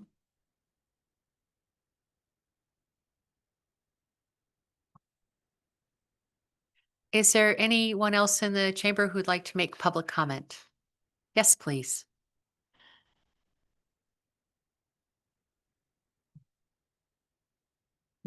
Good evening. I'm David Muller. I live here in Larkspur. And I'm actually attending tonight's meeting primarily for agenda item 8.2 about AB 306. But I'm interested in this item because I live in this neighborhood. And so I've listened closely to what's been going on here. And I certainly was interested in the story poles and the flags and all that. And something that really strikes me is this isn't your typical appeal in some ways. People aren't appealing for changing the variances that are requested here. They're not asking that the building be relocated. They're not asking a change in floor area. They're not asking for change in removal of heritage trees, all the normal stuff that comes up in appeals. That's not it. It sounds to me, and I think these photos, which you have, really tell the story. And that is the comparison of the two footprints, which you have in front of you, and the comparison of the existing view and the approved by the Planning Commission. It's pretty hard to say that it's not an unreasonable reduction in view when you look at those two views, the existing and the approved by Planning Commission. And it looks a lot different when it's actually a solid object down there as compared to some flags, just a thin little line. So it sounds to me like the appellant has put together some ideas which incrementally are quite small. You can reduce the house, as I understand it, has 11-foot ceilings first floor, 9-foot ceiling second. Reduce the second floor ceiling 6 inches. There's already a big cut on the foundation. Go down another 6 inches. And then finally, maybe reduce that ceiling. You do those three little things, 6 inches here, 6 inches there, you get another 18 inches out of it. This test of reasonableness, I would again, just look at the approved by Planning Commission and the existing, at what's happening to these people's view. And it doesn't look reasonable to me, what's being proposed here. The footprint is unfortunately in exactly a direction that the primary people impacted are the people uphill.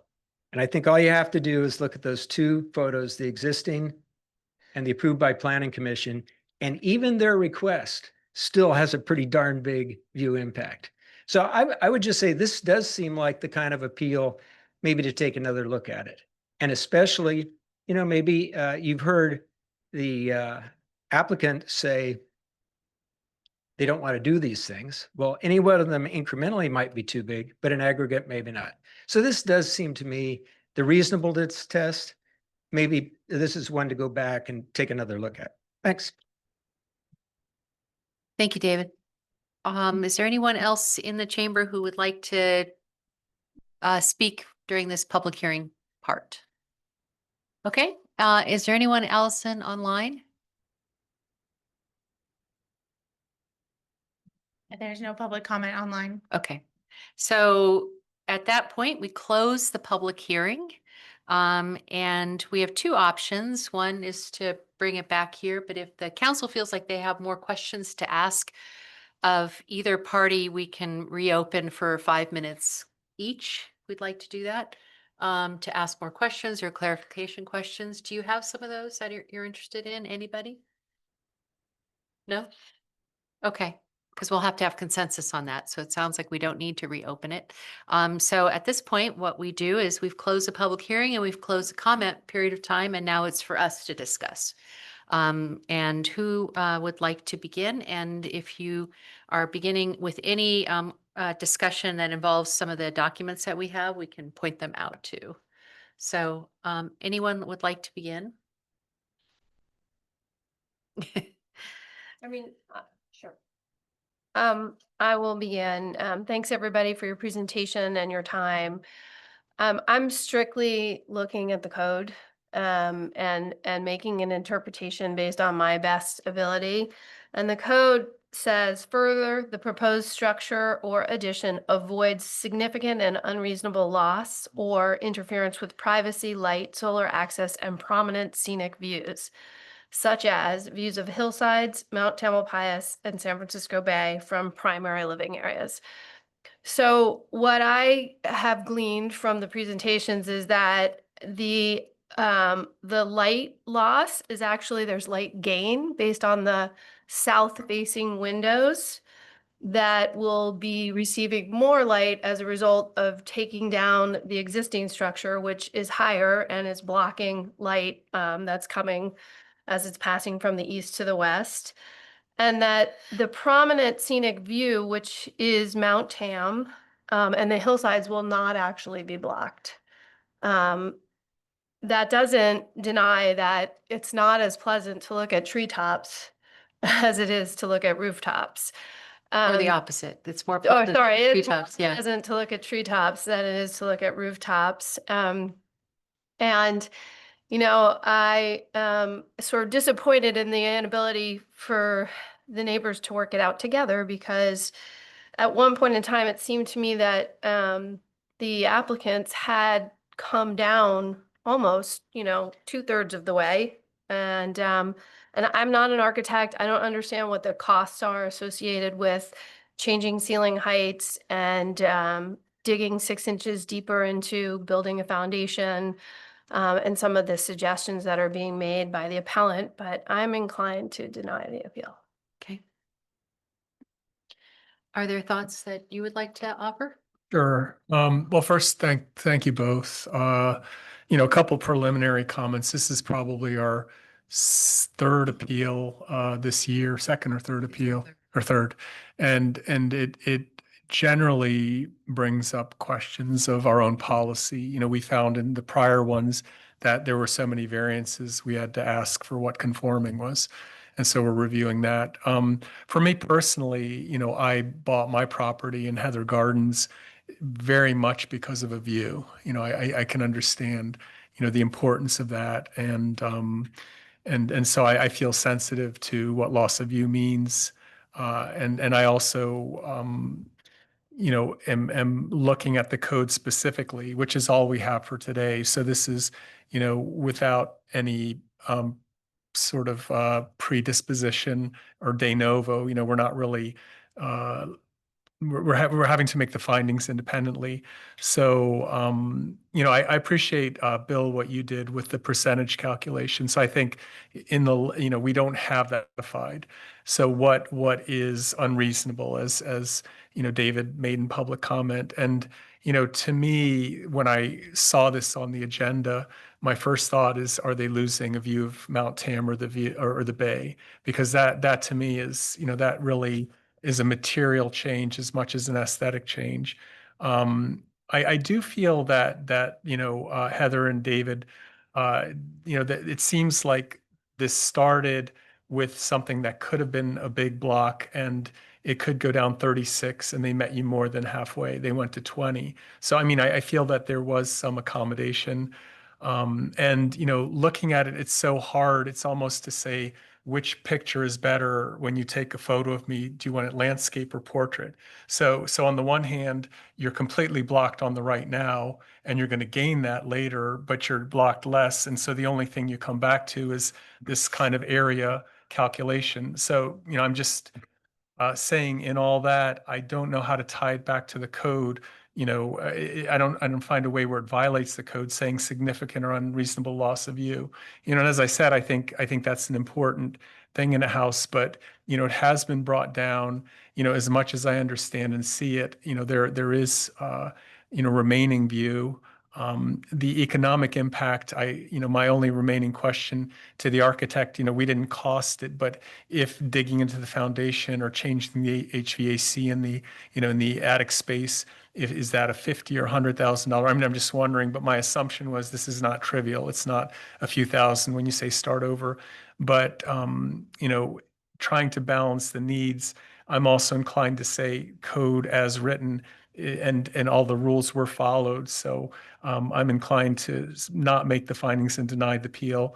But I also feel as a council, we should probably come back and revisit what view means because there are a lot of cases and they're not clear cut. We've almost always heard about loss of privacy or loss of light, neither of which I see here. But, loss of aesthetic or someone who wants to enjoy nature is also a value.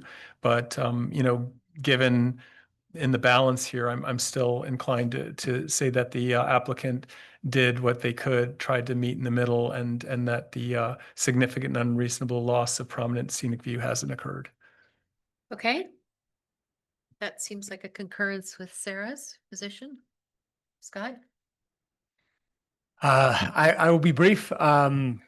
Thank you for the presentation, and I agree with you in the sense that when you buy a house, part of why you buy it is for the view, and you have an expectation that you're going to have that view, and it's not going to change.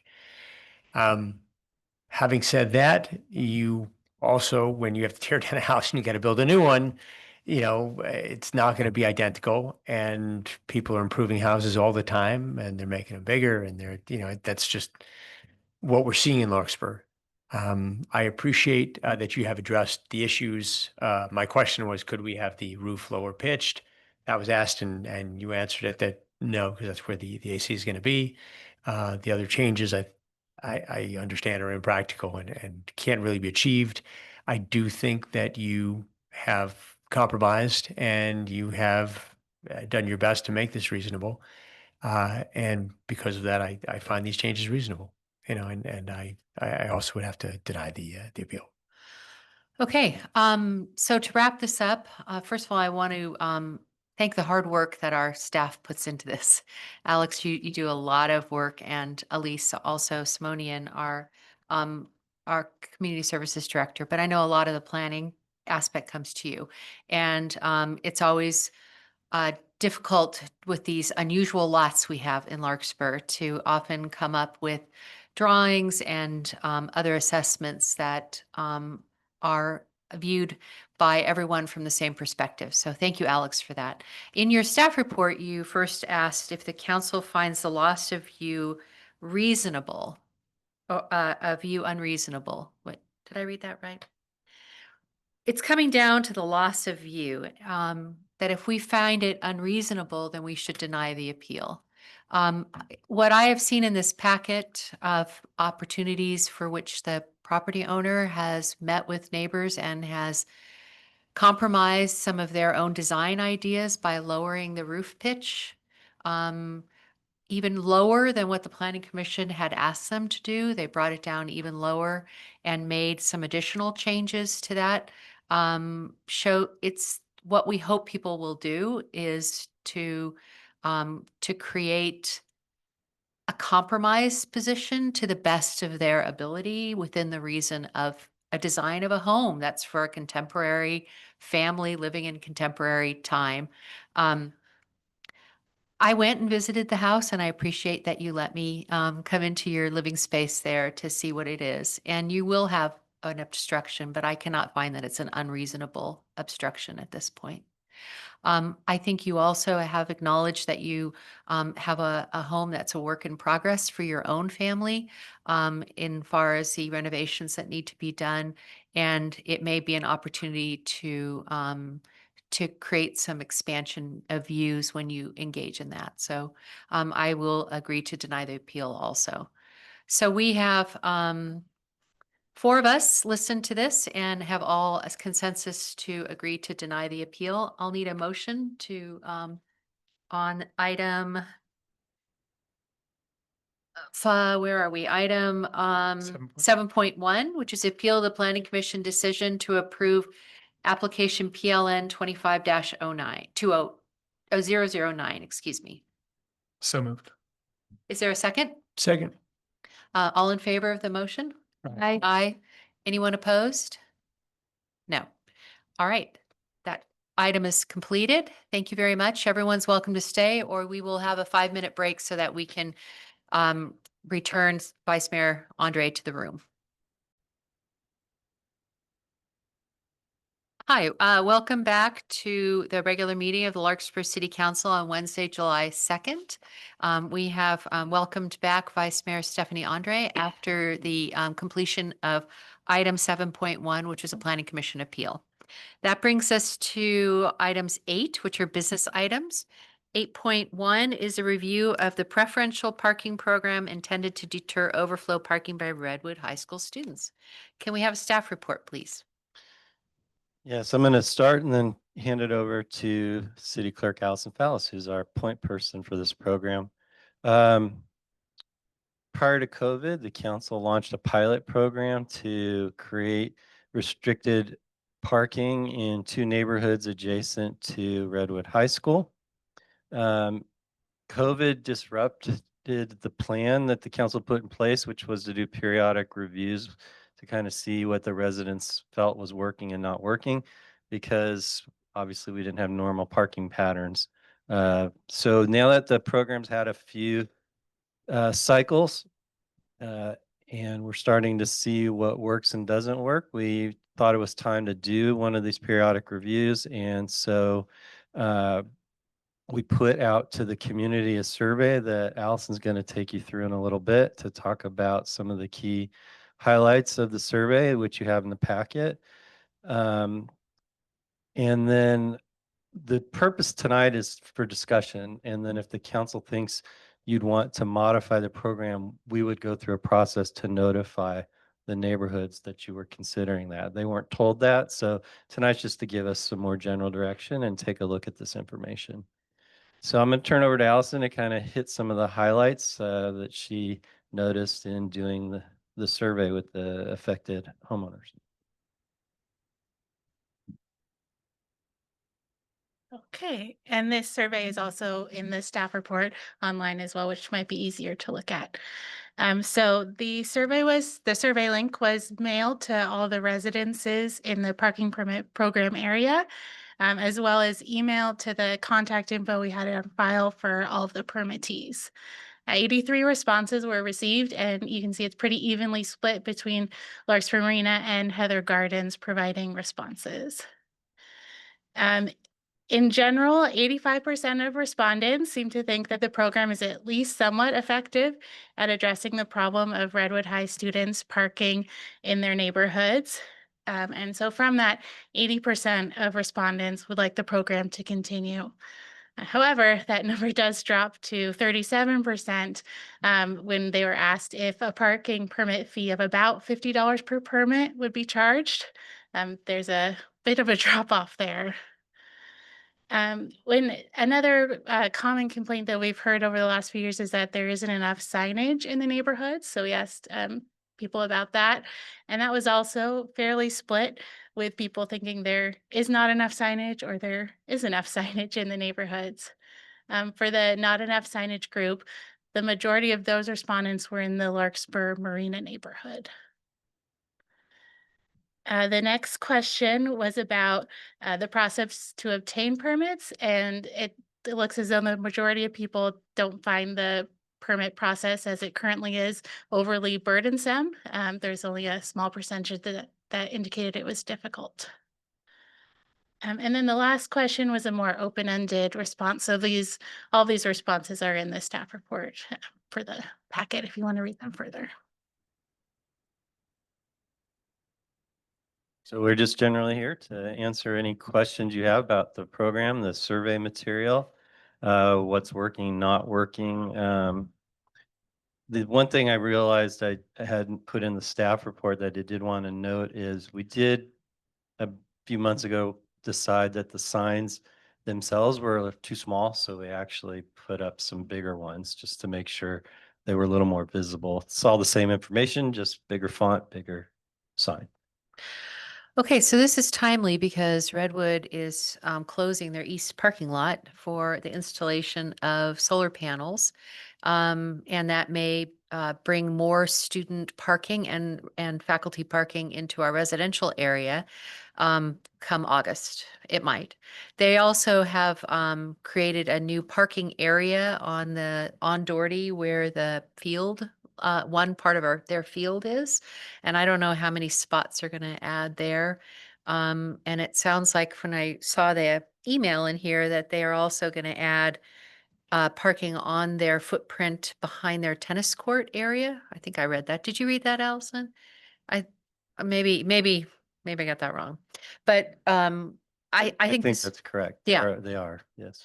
I think it's great that we're bringing this up now to make sure that our local neighborhoods and residents know that we are well aware that there may be impacts, greater impacts to their neighborhood, particularly adjacent to Redwood. So that's a good time. I know we don't have a lot of people in attendance, but I think that's important that we let the Redwood parents know that we are aware of this change to the parking in the back. I've also mentioned to the city manager that, we collaborate with Corte Madera also on the perimeter. We share sort of a part of a perimeter with Corte Madera. We definitely share road access points to the parking lot with them. So I'm sure they're aware that there may be changes too. So why don't we start with asking if you have any questions of staff from the, why don't we do it by the two different neighborhoods? So, because they have really, I remember when we put this in place, there were two, the difference in the neighborhoods had some unique challenges to them and some unique questions. And why don't we break it into the neighborhoods? So would that be all right with everybody? Well, I have and again, I don't know how much time we want to spend on this, but I have a 2.5 hours. I have a philosophical question, What's that? which is, do we feel that people who live in a certain area should have exclusive right to public parking on their streets? If we are going to have limited parking in Redwood and you're going to have, no parking for students and they can't park in the neighborhood, is that, I mean, there are very few places in Larkspur where we do, and I know we had this discussion previously, and I know it was with a different city council, so the question is philosophically, do we agree that we should say, hey, if you live here, you're the only people that should be able to park here? And if so, is it fair that it's only in this neighborhood and not other neighborhoods? I don't know. Did you pick up your microphone? Do you want to speak on that, or did we? I was holding it, so I didn't pick it up, Oh. but I'd be happy to provide some context to that question.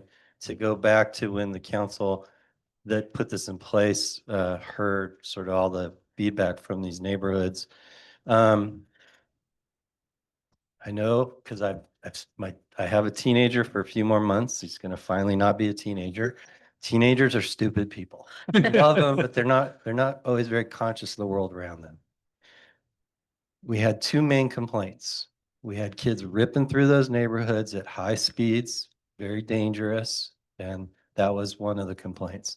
That was particularly significant on William Avenue. Then we had the kids that were hanging out at their cars and tossing the trash into people's yards. And when they were actually confronted by homeowners, verbally abusing the homeowner for asking for their trash to be picked up. So we had these two issues that were the primary complaints coming from the neighborhood. And so the other thing I recall that we heard, because there was definitely a discussion about on-street parking as a public good, is that in both these neighborhoods, there's a lot of shallow driveways and not a lot of off-street parking. And so there was the concern and challenge of students also taking away opportunities for the neighborhood to park. I don't know if those problems still totally exist, although in my experience, those two teenage behaviors are probably going to continue forever and ever. The other problem I will note, because I do want the community to know if they've never gone and heard these debates from before. We've had challenges with the school, and I'm not saying that to put shade on any administrator there. They've got their own rules that they have to deal with. So they say they're constrained on providing parking, although suddenly they can provide parking in the places that we asked them to provide parking in the past. So I'm a little unsure if maybe this lot on by the baseball field might potentially become permanent, which I think would be helpful. The other thing is if you park on campus, you are not allowed to leave. You're not allowed to take your vehicle off campus till the end of the school day. So some students, we understand, elect to park in the neighborhoods so that they can take off for lunch. And one reason they may be driving quickly is to They get a half an hour. go get lunch and get back to school before the bell rings. And so, unfortunately, that means there's this built-in incentive in the school's rules for some kids to elect not to pursue parking on campus. And so we're dealing with sort of all that at once. So I was just to offer some of that context that is why the program came to be. So to answer your question, Scott, I don't think universally people have in neighborhoods an absolute right to park in front of their house or to use their public streets exclusively for themselves, unless it's a private street in a private neighborhood, which we only have a few of those. But this really comes down to health and safety concerns, and to me it does, because the spillover of the students into the adjoining neighborhoods, and you can maybe speak to this since one of them is in your neighborhood, brought with it a lot of additional burdens for the for the homeowners there because of the descriptions that you gave, which has stimulated it in the first place. Um, we have some comments in the emails that some of that still exists. I don't know if we've quantified it to this point, but anecdotally, and maybe those who live near the school can say that it still does exist. So it's a policy decision that is really based on, to me, on a reasonable ask by neighbors for health and safety concerns. Answer just a comment. I guess the follow-up question would be, is there a reasonable alternative that would be less restrictive, such as, I don't know, speed bump type things or something to address the speeding of cars? You know, I mean, I don't know. I mean, again, I don't feel strongly one way or another, but I think at some point we have to answer, if we're going to say, you know, only certain people can park on certain streets, we're making a philosophical decision. And does it just apply to this street? If somebody else comes to us and says, hey, kids throw garbage on my lawn, I want to be the only one to park in front of my house, you know, when do we say yes? When do we say no? So there is actually adopted guidelines and process for other neighborhoods to come forward. No neighborhoods ever done that. So, but you did adopt a process for that ask. Yeah. Yeah. And it actually has come up in some of these emails that were submitted by some of the Larkspur Marina residents wanting it extended even further than the streets we outlined, which we haven't gotten to yet. But we did think originally, when did we create this in 2019? Yeah. 2019. But for a reminder, originally the entire Marina neighborhood was in there, and then a large portion petitioned to be taken out. Yeah. And that was because they didn't feel the students were actually parking deep in the neighborhood. And that's how you ended up with the boundaries we have now. Can I ask a question? Sure. Okay, I do want to answer Scott's philosophical question, because that is something I thought about as well. And actually, I had an instance where I parked on William, and the homeowner, came out of her house and told me I was not allowed to park there. So, and this is not during school hours, it was during the daytime. So I do think there is a little bit of the entitlement aspect where, like, you can't park in front of my house, which is, you know, it's a public street. I can park, I should be able to park where I want to park. But I do understand that the issue with the students. And so what about, instead of the permit thing, what about, 2-hour limit so that you deter students from parking there all day, but the homeowner, the contractor, the nanny, whoever can, park there if they need to in emergency. It sounds like some people got ticketed, because they forgot to get their nanny a permit. What about that idea about doing just 2 hour, Right. time limit? So let me take the second one first. From time to time, we get calls, my nanny got a ticket, so-and-so got a ticket. The system's built so we can resolve those issues. So when we reported in here that we issued 258 citations that carried fines with them, those are people who either didn't know they could have gotten out of the ticket if they'd explained why they were in the neighborhood, or they really shouldn't have been parking where they parked. As an aside, the program's very clear. When school's not in session, you can park there. This program only exists when school's in session. So then going to your question about timed parking. So timed parking requires 2 visits per time interval by the enforcement officer. So if you say you want 2-hour parking, you take the number of school hours, you divide it by 2, and then multiply that by 2 to figure out how many visits we have to make during the day. When it's prohibited during all school hours, we can do targeted spot enforcement, and we can do enforcement when somebody calls and complains.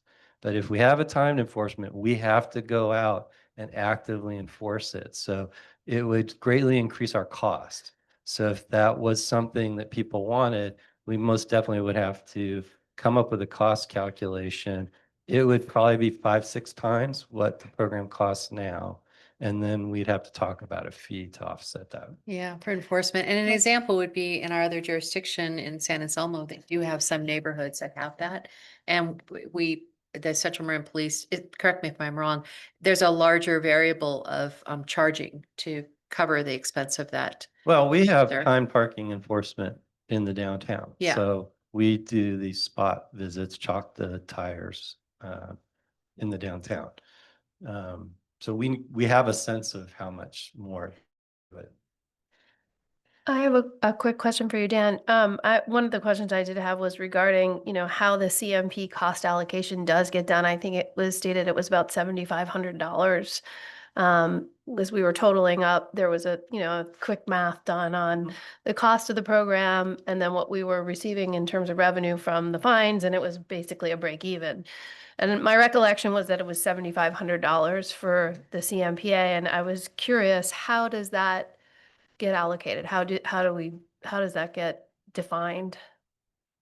how did we come up with that number? Yeah. Is that what you're asking? Yeah. So the chief spoke with the community service officer and the staff sergeant for parking and asked sort of what's our actual staff time that's allocated. And he said it's roughly basically an hour a day for the school year. And so there's days when they're out there like 5 hours, particularly early in the school year, to remind everybody the program exists. And then it's about an hour a day. So he did some average calculations against the true cost of the employees involved and estimated it's about $7,500. Okay, so and you're guessing or guesstimating that if we were to do something like 2-hour parking in those neighborhoods, that it would be 6 times, did you say, or 5 times the cost because they would have to go back? But but if we wanted to just do it like, once a day, you do a different time each day and you go once and you go back 2 hours later, it would be just as effective because as long as you vary the times, and I'm sure it would be a lot less expensive. Potentially.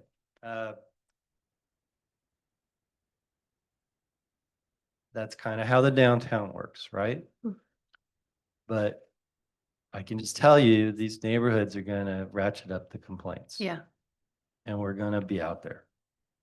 Your staff has enough experience with this program to know that if we did what you said, we'd have a lot of upset residents. Like they're going to say, where's the enforcement officer? So we could give it a shot, see what happens, but I think it will become challenging for us.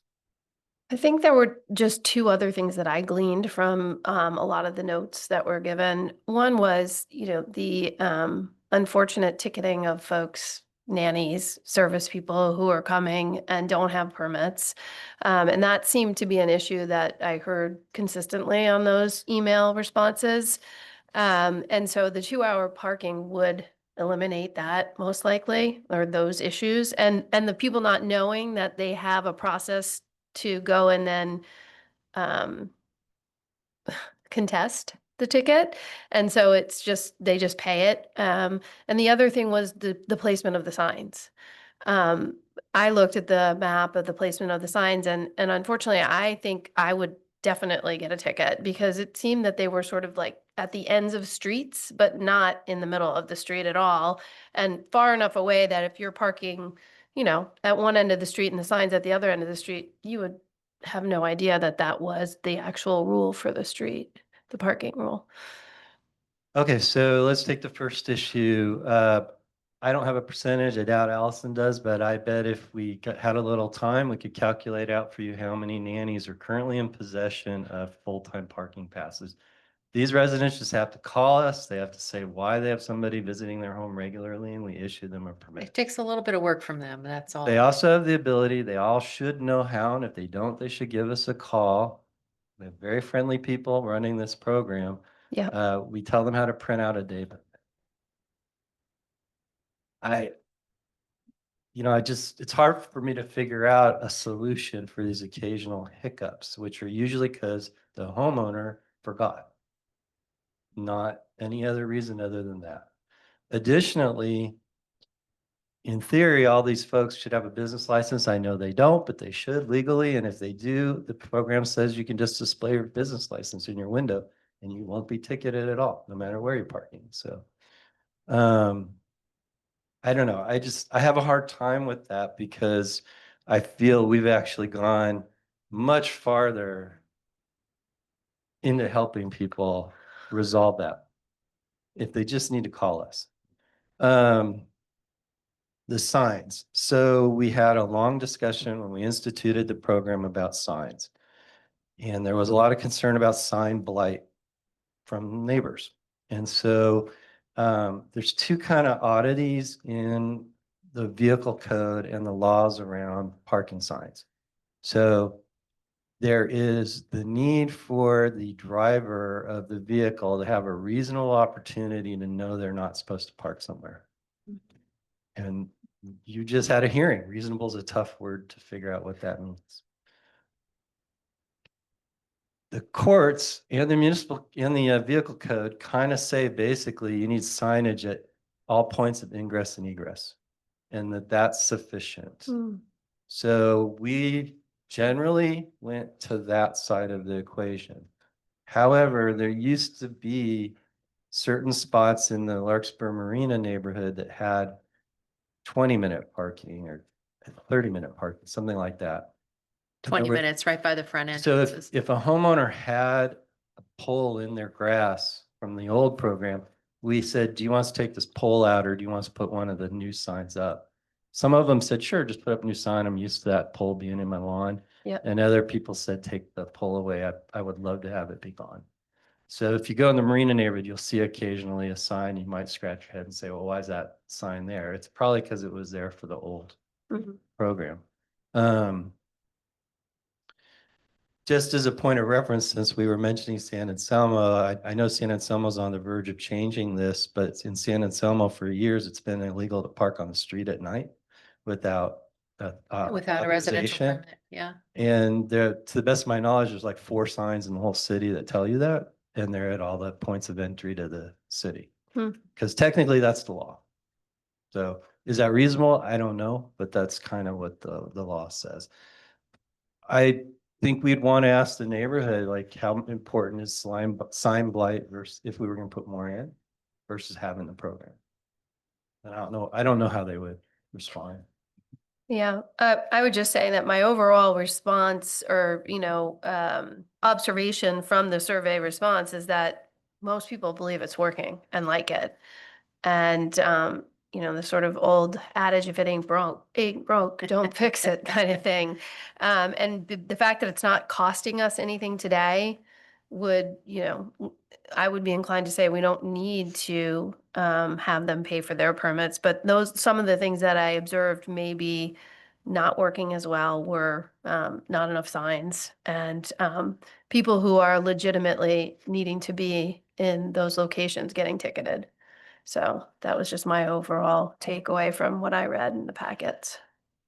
I think for staff, the hardest part is probably that people want to park on William Avenue sometimes for, not to visit the neighborhood, but to use the trail. Yeah. to use the That's trail. always been staff's conflict with the Mhm. program, but although frankly, every time I drive on William, all that parking's taken, so it's got contractors are parked there, legitimate resident vehicles are parked there, so there's not a lot of spots. Probably now because school's out. So Gabe, any thoughts? Yeah, just a question and a comment. The east parking lot of Redwood, when do they plan to finish that? I heard September. Okay. Let's hope that's true. Okay. Because I thought that was the plan. Yeah. By the beginning of school, and It was supposed to be last year. well, they canceled that Yeah. altogether, but okay.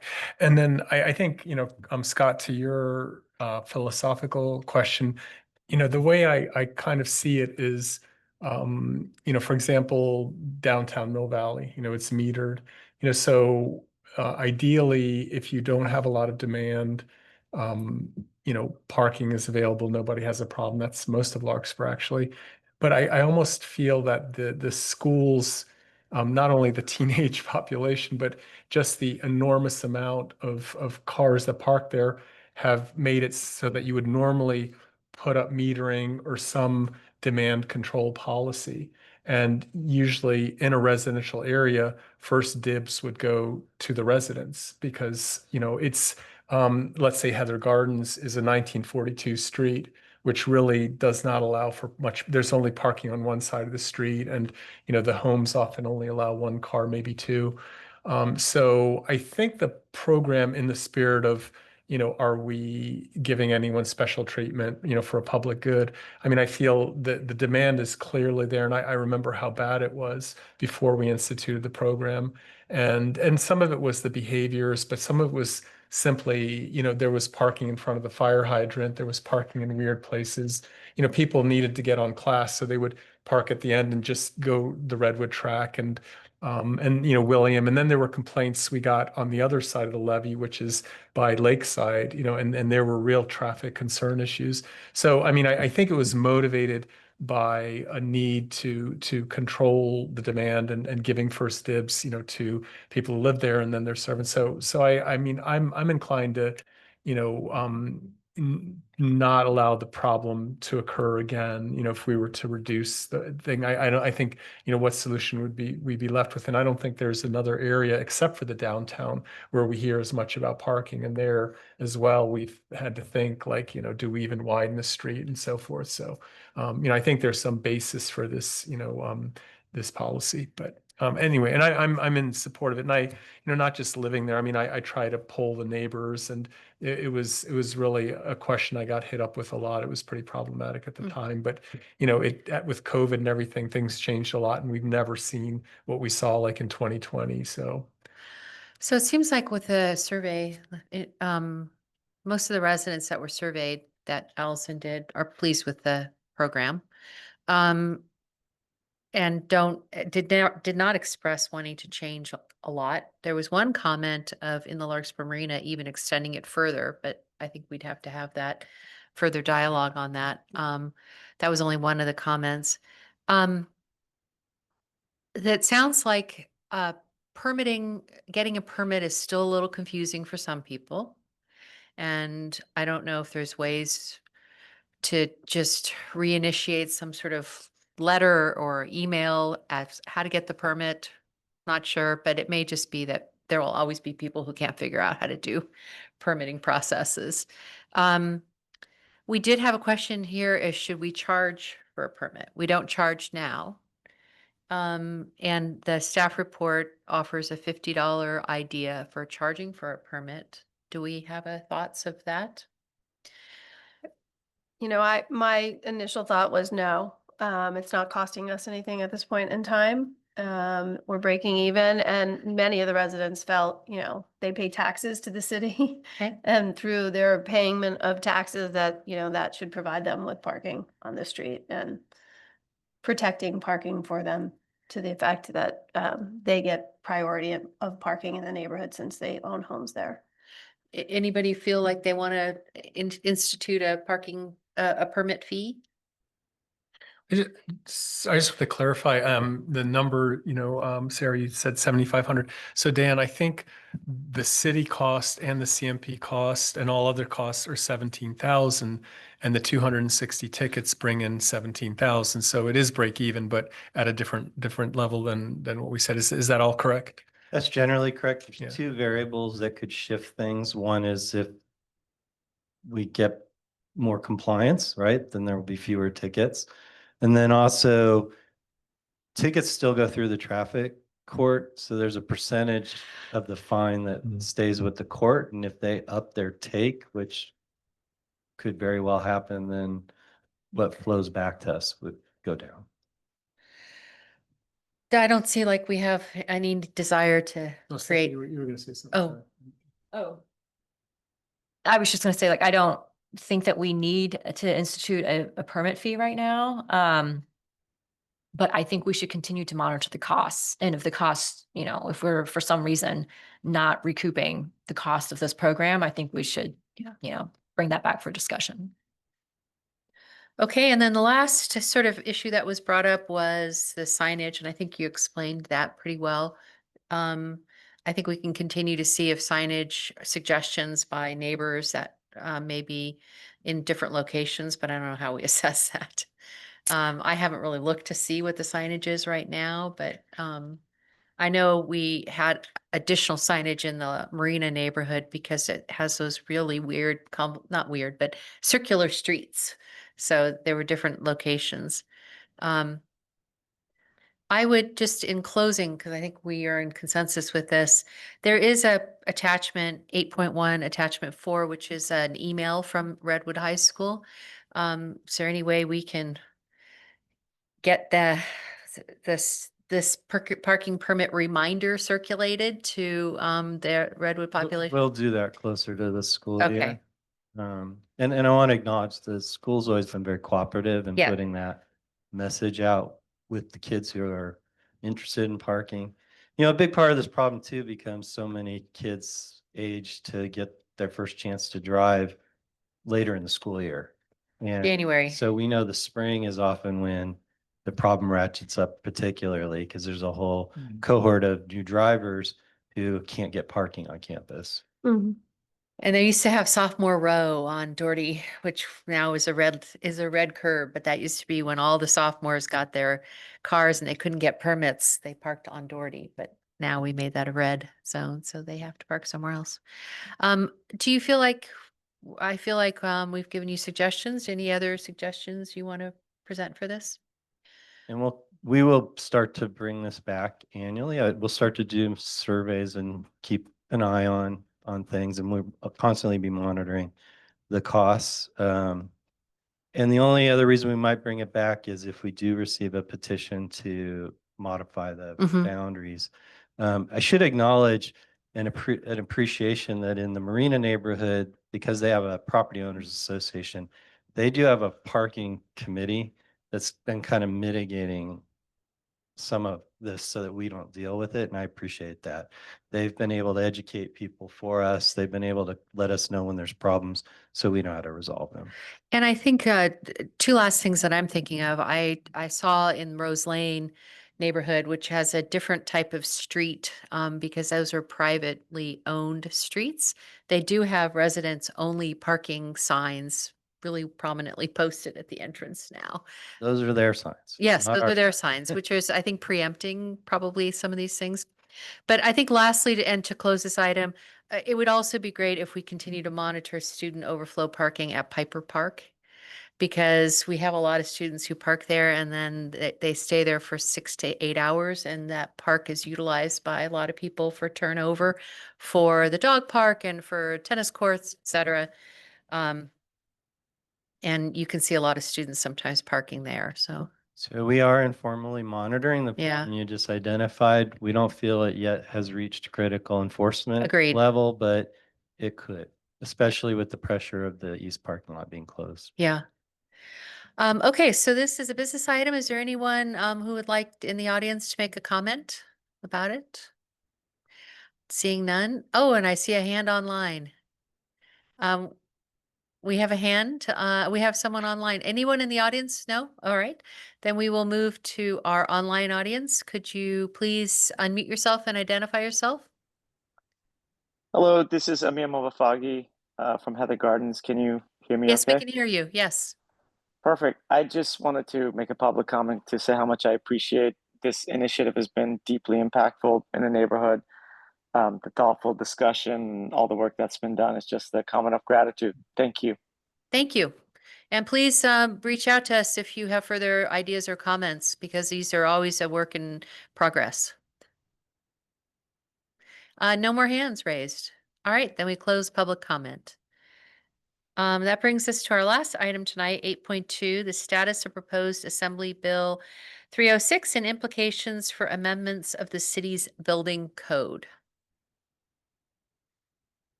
I've got a very brief PowerPoint that's more of a outline for me than anything else, because Assistant City Manager Shannon O'Hara, who's really our point person for sustainability issues, was kind enough to let me take the lead on this one.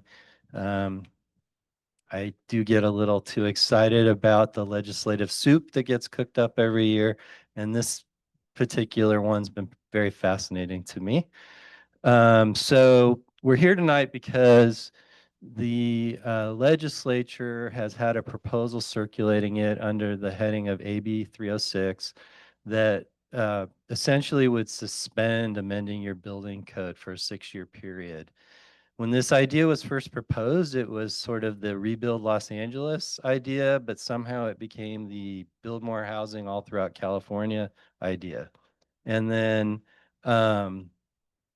as this bill has moved along, people have been proposing amendments to try to make it something that they felt local communities could at least continue to work within, because we're accustomed to A, regular state updates of our building code, and B, the ability to do our own updates to our building code. And so having a 6-year period where that won't happen except for a bunch of exceptions and special circumstances is completely foreign to us. So AB 306 actually did not pass, but all of the language was lifted out of AB 306 and put into a budget trailer bill. This is a process that happens a lot. So AB 130, and there's actually another trailer bill called SB 131, are essentially these mega bills where they took a whole lot of smaller bills and they mashed them all together and they approved them as part of the process of approving the budget. Might sound familiar. There's a lot of national news about a similar process going on right now. AB 130 has actually been getting national attention for a different reason than we're here to talk about. You may have seen press coverage about how CEQA is supposedly being reduced. That's actually in this bill too. So the stuff we're here to talk about isn't getting any real spotlight because of the interest in the CEQA changes that have occurred. So as I mentioned, this is going to pause updates to local building codes for a 6-year span. And then what's interesting in the law is the way it's written, there's a body that approves changes to building codes. It's the State Building Standards Commission. And it says they shall stop approving changes as of October 1.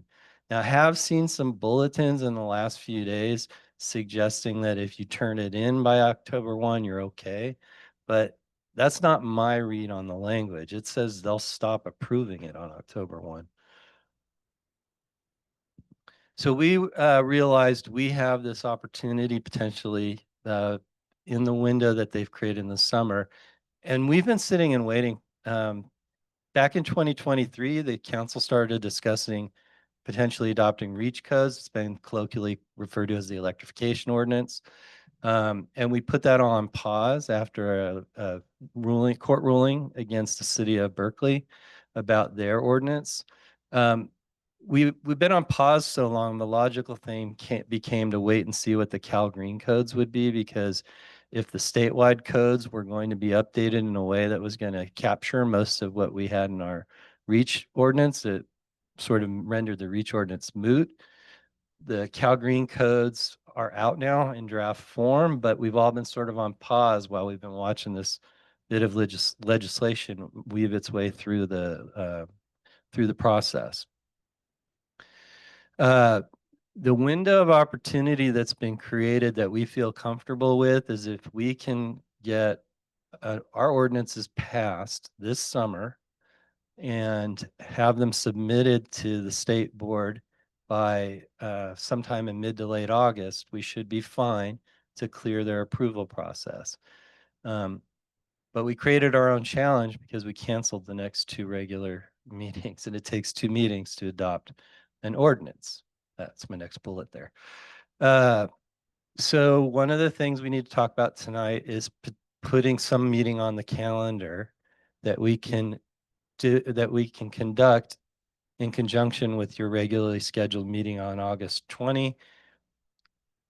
Technically, the state board has 45 days to review submissions, but I feel pretty comfortable that if on August 21st they got some code submissions from the city of Larkspur, they would approve them by October 1. I mean, they're a commission whose goal is to see these things get approved. And I have a feeling there'll be a lot of cities submitting, and they'll be trying to crank through the work as quickly as possible. They may have to meet more frequently than they're accustomed to. So we've been looking around and talking as a staff. What might we be considering during this process? And we see sort of 3 things. One is the official California Building Code standards, what are sometimes referred to as Universal Building Code updates, were published on July 1st. You got to love that they published them on July 1st, even though they knew all this legislation was floating around. So we would want to bring that to you. The 2025 California Green Building Standards, the Cal Green codes, are out. We've had those. We're starting to really dive into them in detail. And then lastly, whoops, I guess I lost a note. The last thing was that we'd want to bring back the 2023 ordinance and evaluate for you what's in that ordinance that didn't get covered by the Cal Green Code, so that you would have a chance to decide if you wanted to incorporate any of those REACH codes into your municipal code. Oh, there's my point. It sort of went into its own spot. We also are doing a review with fire. There's a lot of carve outs to protect public safety issues. So we have our experts making sure there's nothing that we would want from our fire safety folks that we shouldn't be putting into the code now before this window closes. And that's the end of the presentation.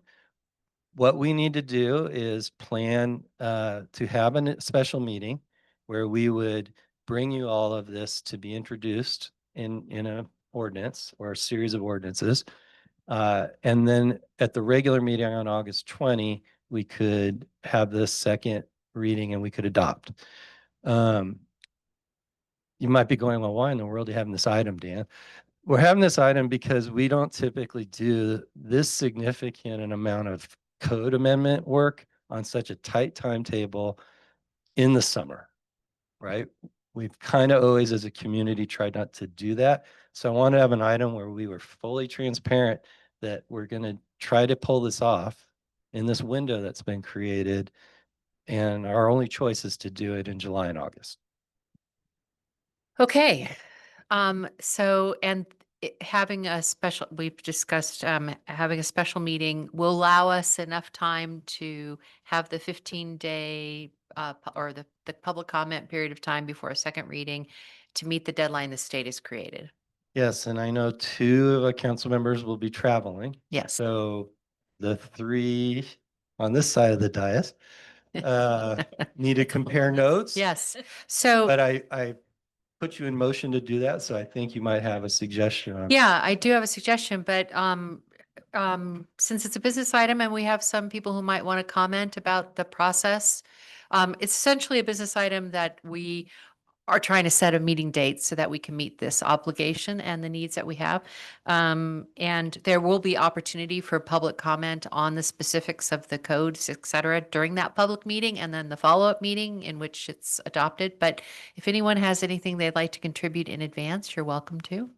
I have a quick question. Sure. And Dan, maybe you can take this offline, but I need a little bit more understanding of what the heck is going on. Why is the state trying to freeze building codes for 6 years? And what are we trying to get in under the gun here? I just don't really understand what's happening right here.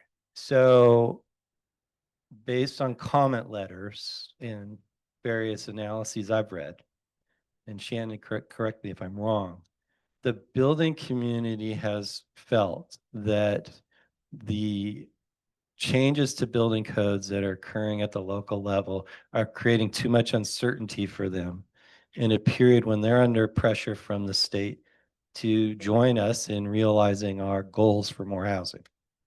And so they have pushed that among the things they would like to see, and AB 130 is now a fascinating read of sort of all the things that people said are stymieing housing.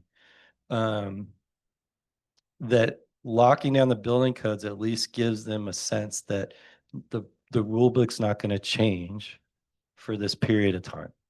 And then when we are trying to get some amendments in, before the deadline, are we trying to just make sure we're in compliance with current building codes? Or are we trying to anticipate, hey, we have our elements of what we want our future Larkspur to look like? Are we trying to restrict future buildings so it doesn't conflict with our elements? Are we trying to enable? I'm not sure our goal here. So for the state, the Universal Building Code and the Cal Green Code, I think what your staff would like to do is bring you the option of conforming your municipal code to the most recently published statewide standards.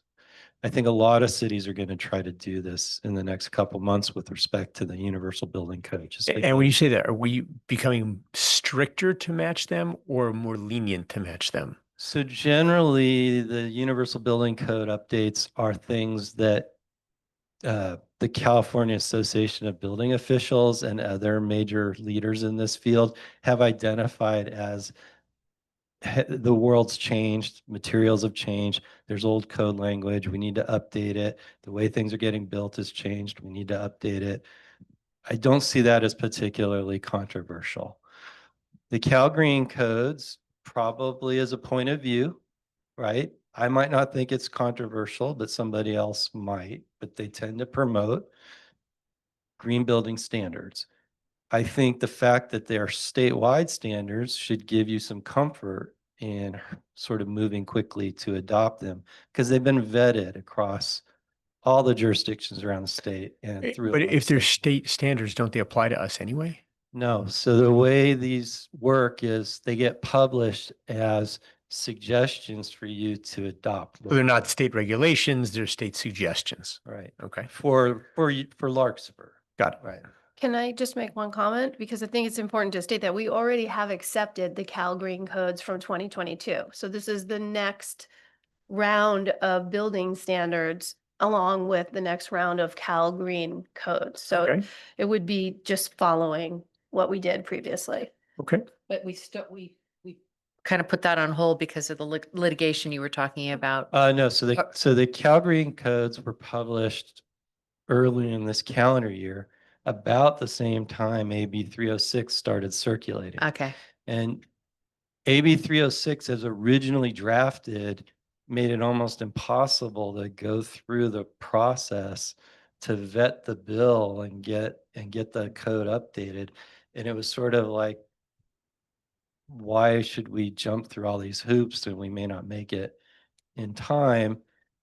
And that was sort of a statewide attitude. And I think a major reason these deadlines got pushed back was a recognition that communities deserved an opportunity to consider the two state standard bills.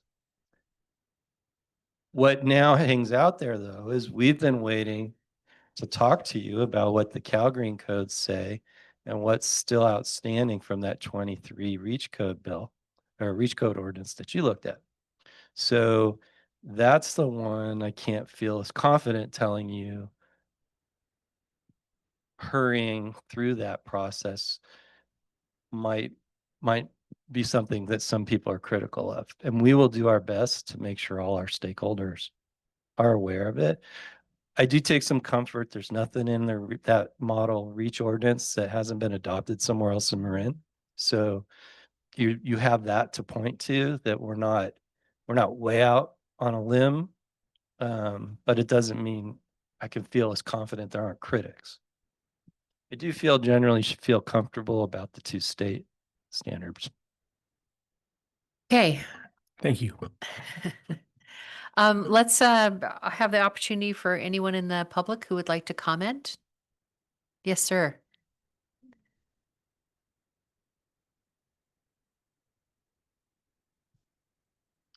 Hello, everyone. David Mahler. I live here in Larkspur. I want to start off by saying, first of all, that was an excellent staff report on bringing. This has been a very complicated and very continually, almost changing daily. This whole thing about AB 306 being rolled into AB 130, the budget trailer, this happened like a couple of days ago. I mean, this has been just zing, excellent report. I'm sure the council has some questions about this stuff, but that was a great foundation. Great job, Dan. And it's great to see staff, and I hope the council embrace this opportunity to move Larkspur's codes ahead. And I just want to emphasize there's kind of three elements to this. One is the statewide code that normally would be the mandatory code that all jurisdictions would have to adopt. The Cal Green is optional provisions that all jurisdictions have the choice whether to adopt. But again, a statewide, but it's optional. The third piece is these reach codes that Larkspur had teed up and even did a public workshop on at a council meeting in 23 and was all ready to adopt, but it got stalled because of the Ninth Circuit Court decision about all electric for new. And so there's kind of three parts to this. And to your question, Scott, the first two parts of that, the statewide mandatory codes and the Cal Green, that's just moving in pretty much lockstep with everyone else. The reach codes, you were kind of implying would be out in front, or, why should we do that? 6 of the 12 jurisdictions already adopted those codes back in 22, 23. And Larkspur was among 3 more of the 12 jurisdictions ready to adopt when the Ninth Circuit Court came out. And the 3 that were kind of gearing up to adopt just paused, and it's been paused ever since. So I don't think any of this is sort of getting out in front. It's more kind of getting caught up in many ways and not getting caught short by not adopting these and then have this 6-year freeze. And the scary thing about this freeze is it calls it a 6-year freeze, but because the building code cycles go in 3-year increments, and the provisions of AB 306, now AB 130, say no state agency can even consider building codes during that 6 years, it probably knocks out yet one more building code cycle, because usually the state agencies start developing that next cycle right when the prior cycle gets complete. So it probably is going to freeze state building codes for 9 years effectively. And what are the things that would happen that, as a city manager said, all the advancements in building technology and energy efficiency, all these things will just be stalled. All those advances will happen, but no jurisdiction in California will be able to adopt any of that in their building codes. Just a final thought. I know the light isn't on at all. No, just a final thought on this is just think about Larkspur's climate action plan. And it says Larkspur will do these things. It will try and move toward electrification. It will try and move toward more efficient buildings. It will try and advocate for adoption of electric vehicles and charging infrastructure. Taking this action now to go ahead and adopt these updated codes, and especially the REACH codes, in advance of this 6 or 9 year freeze is totally consistent with the actions you've committed to in the climate action plan. So this really isn't, jumping way out in front. It's just not getting caught short and not being able to do what we've already committed to do. All right. Great. Thank you very much. Thanks. And I don't see any hands raised online. No. I did forget one thing that Mr. Muller's comments made me remember too, that I should have said. The way the bill is written, if you've adopted it, you can make amendments and tweak it later on to some degree. If you don't adopt it, you can't even visit it. So there is also an incentive to get something in place. Done. Yeah. And can we adopt it so that we put changes in like every year? We're going from 1 to 6, and year 1 is number 1, year 2 is number 2. So it's kind of an incremental 6-year plan as opposed to adopting year 6 in year 1, if that makes sense.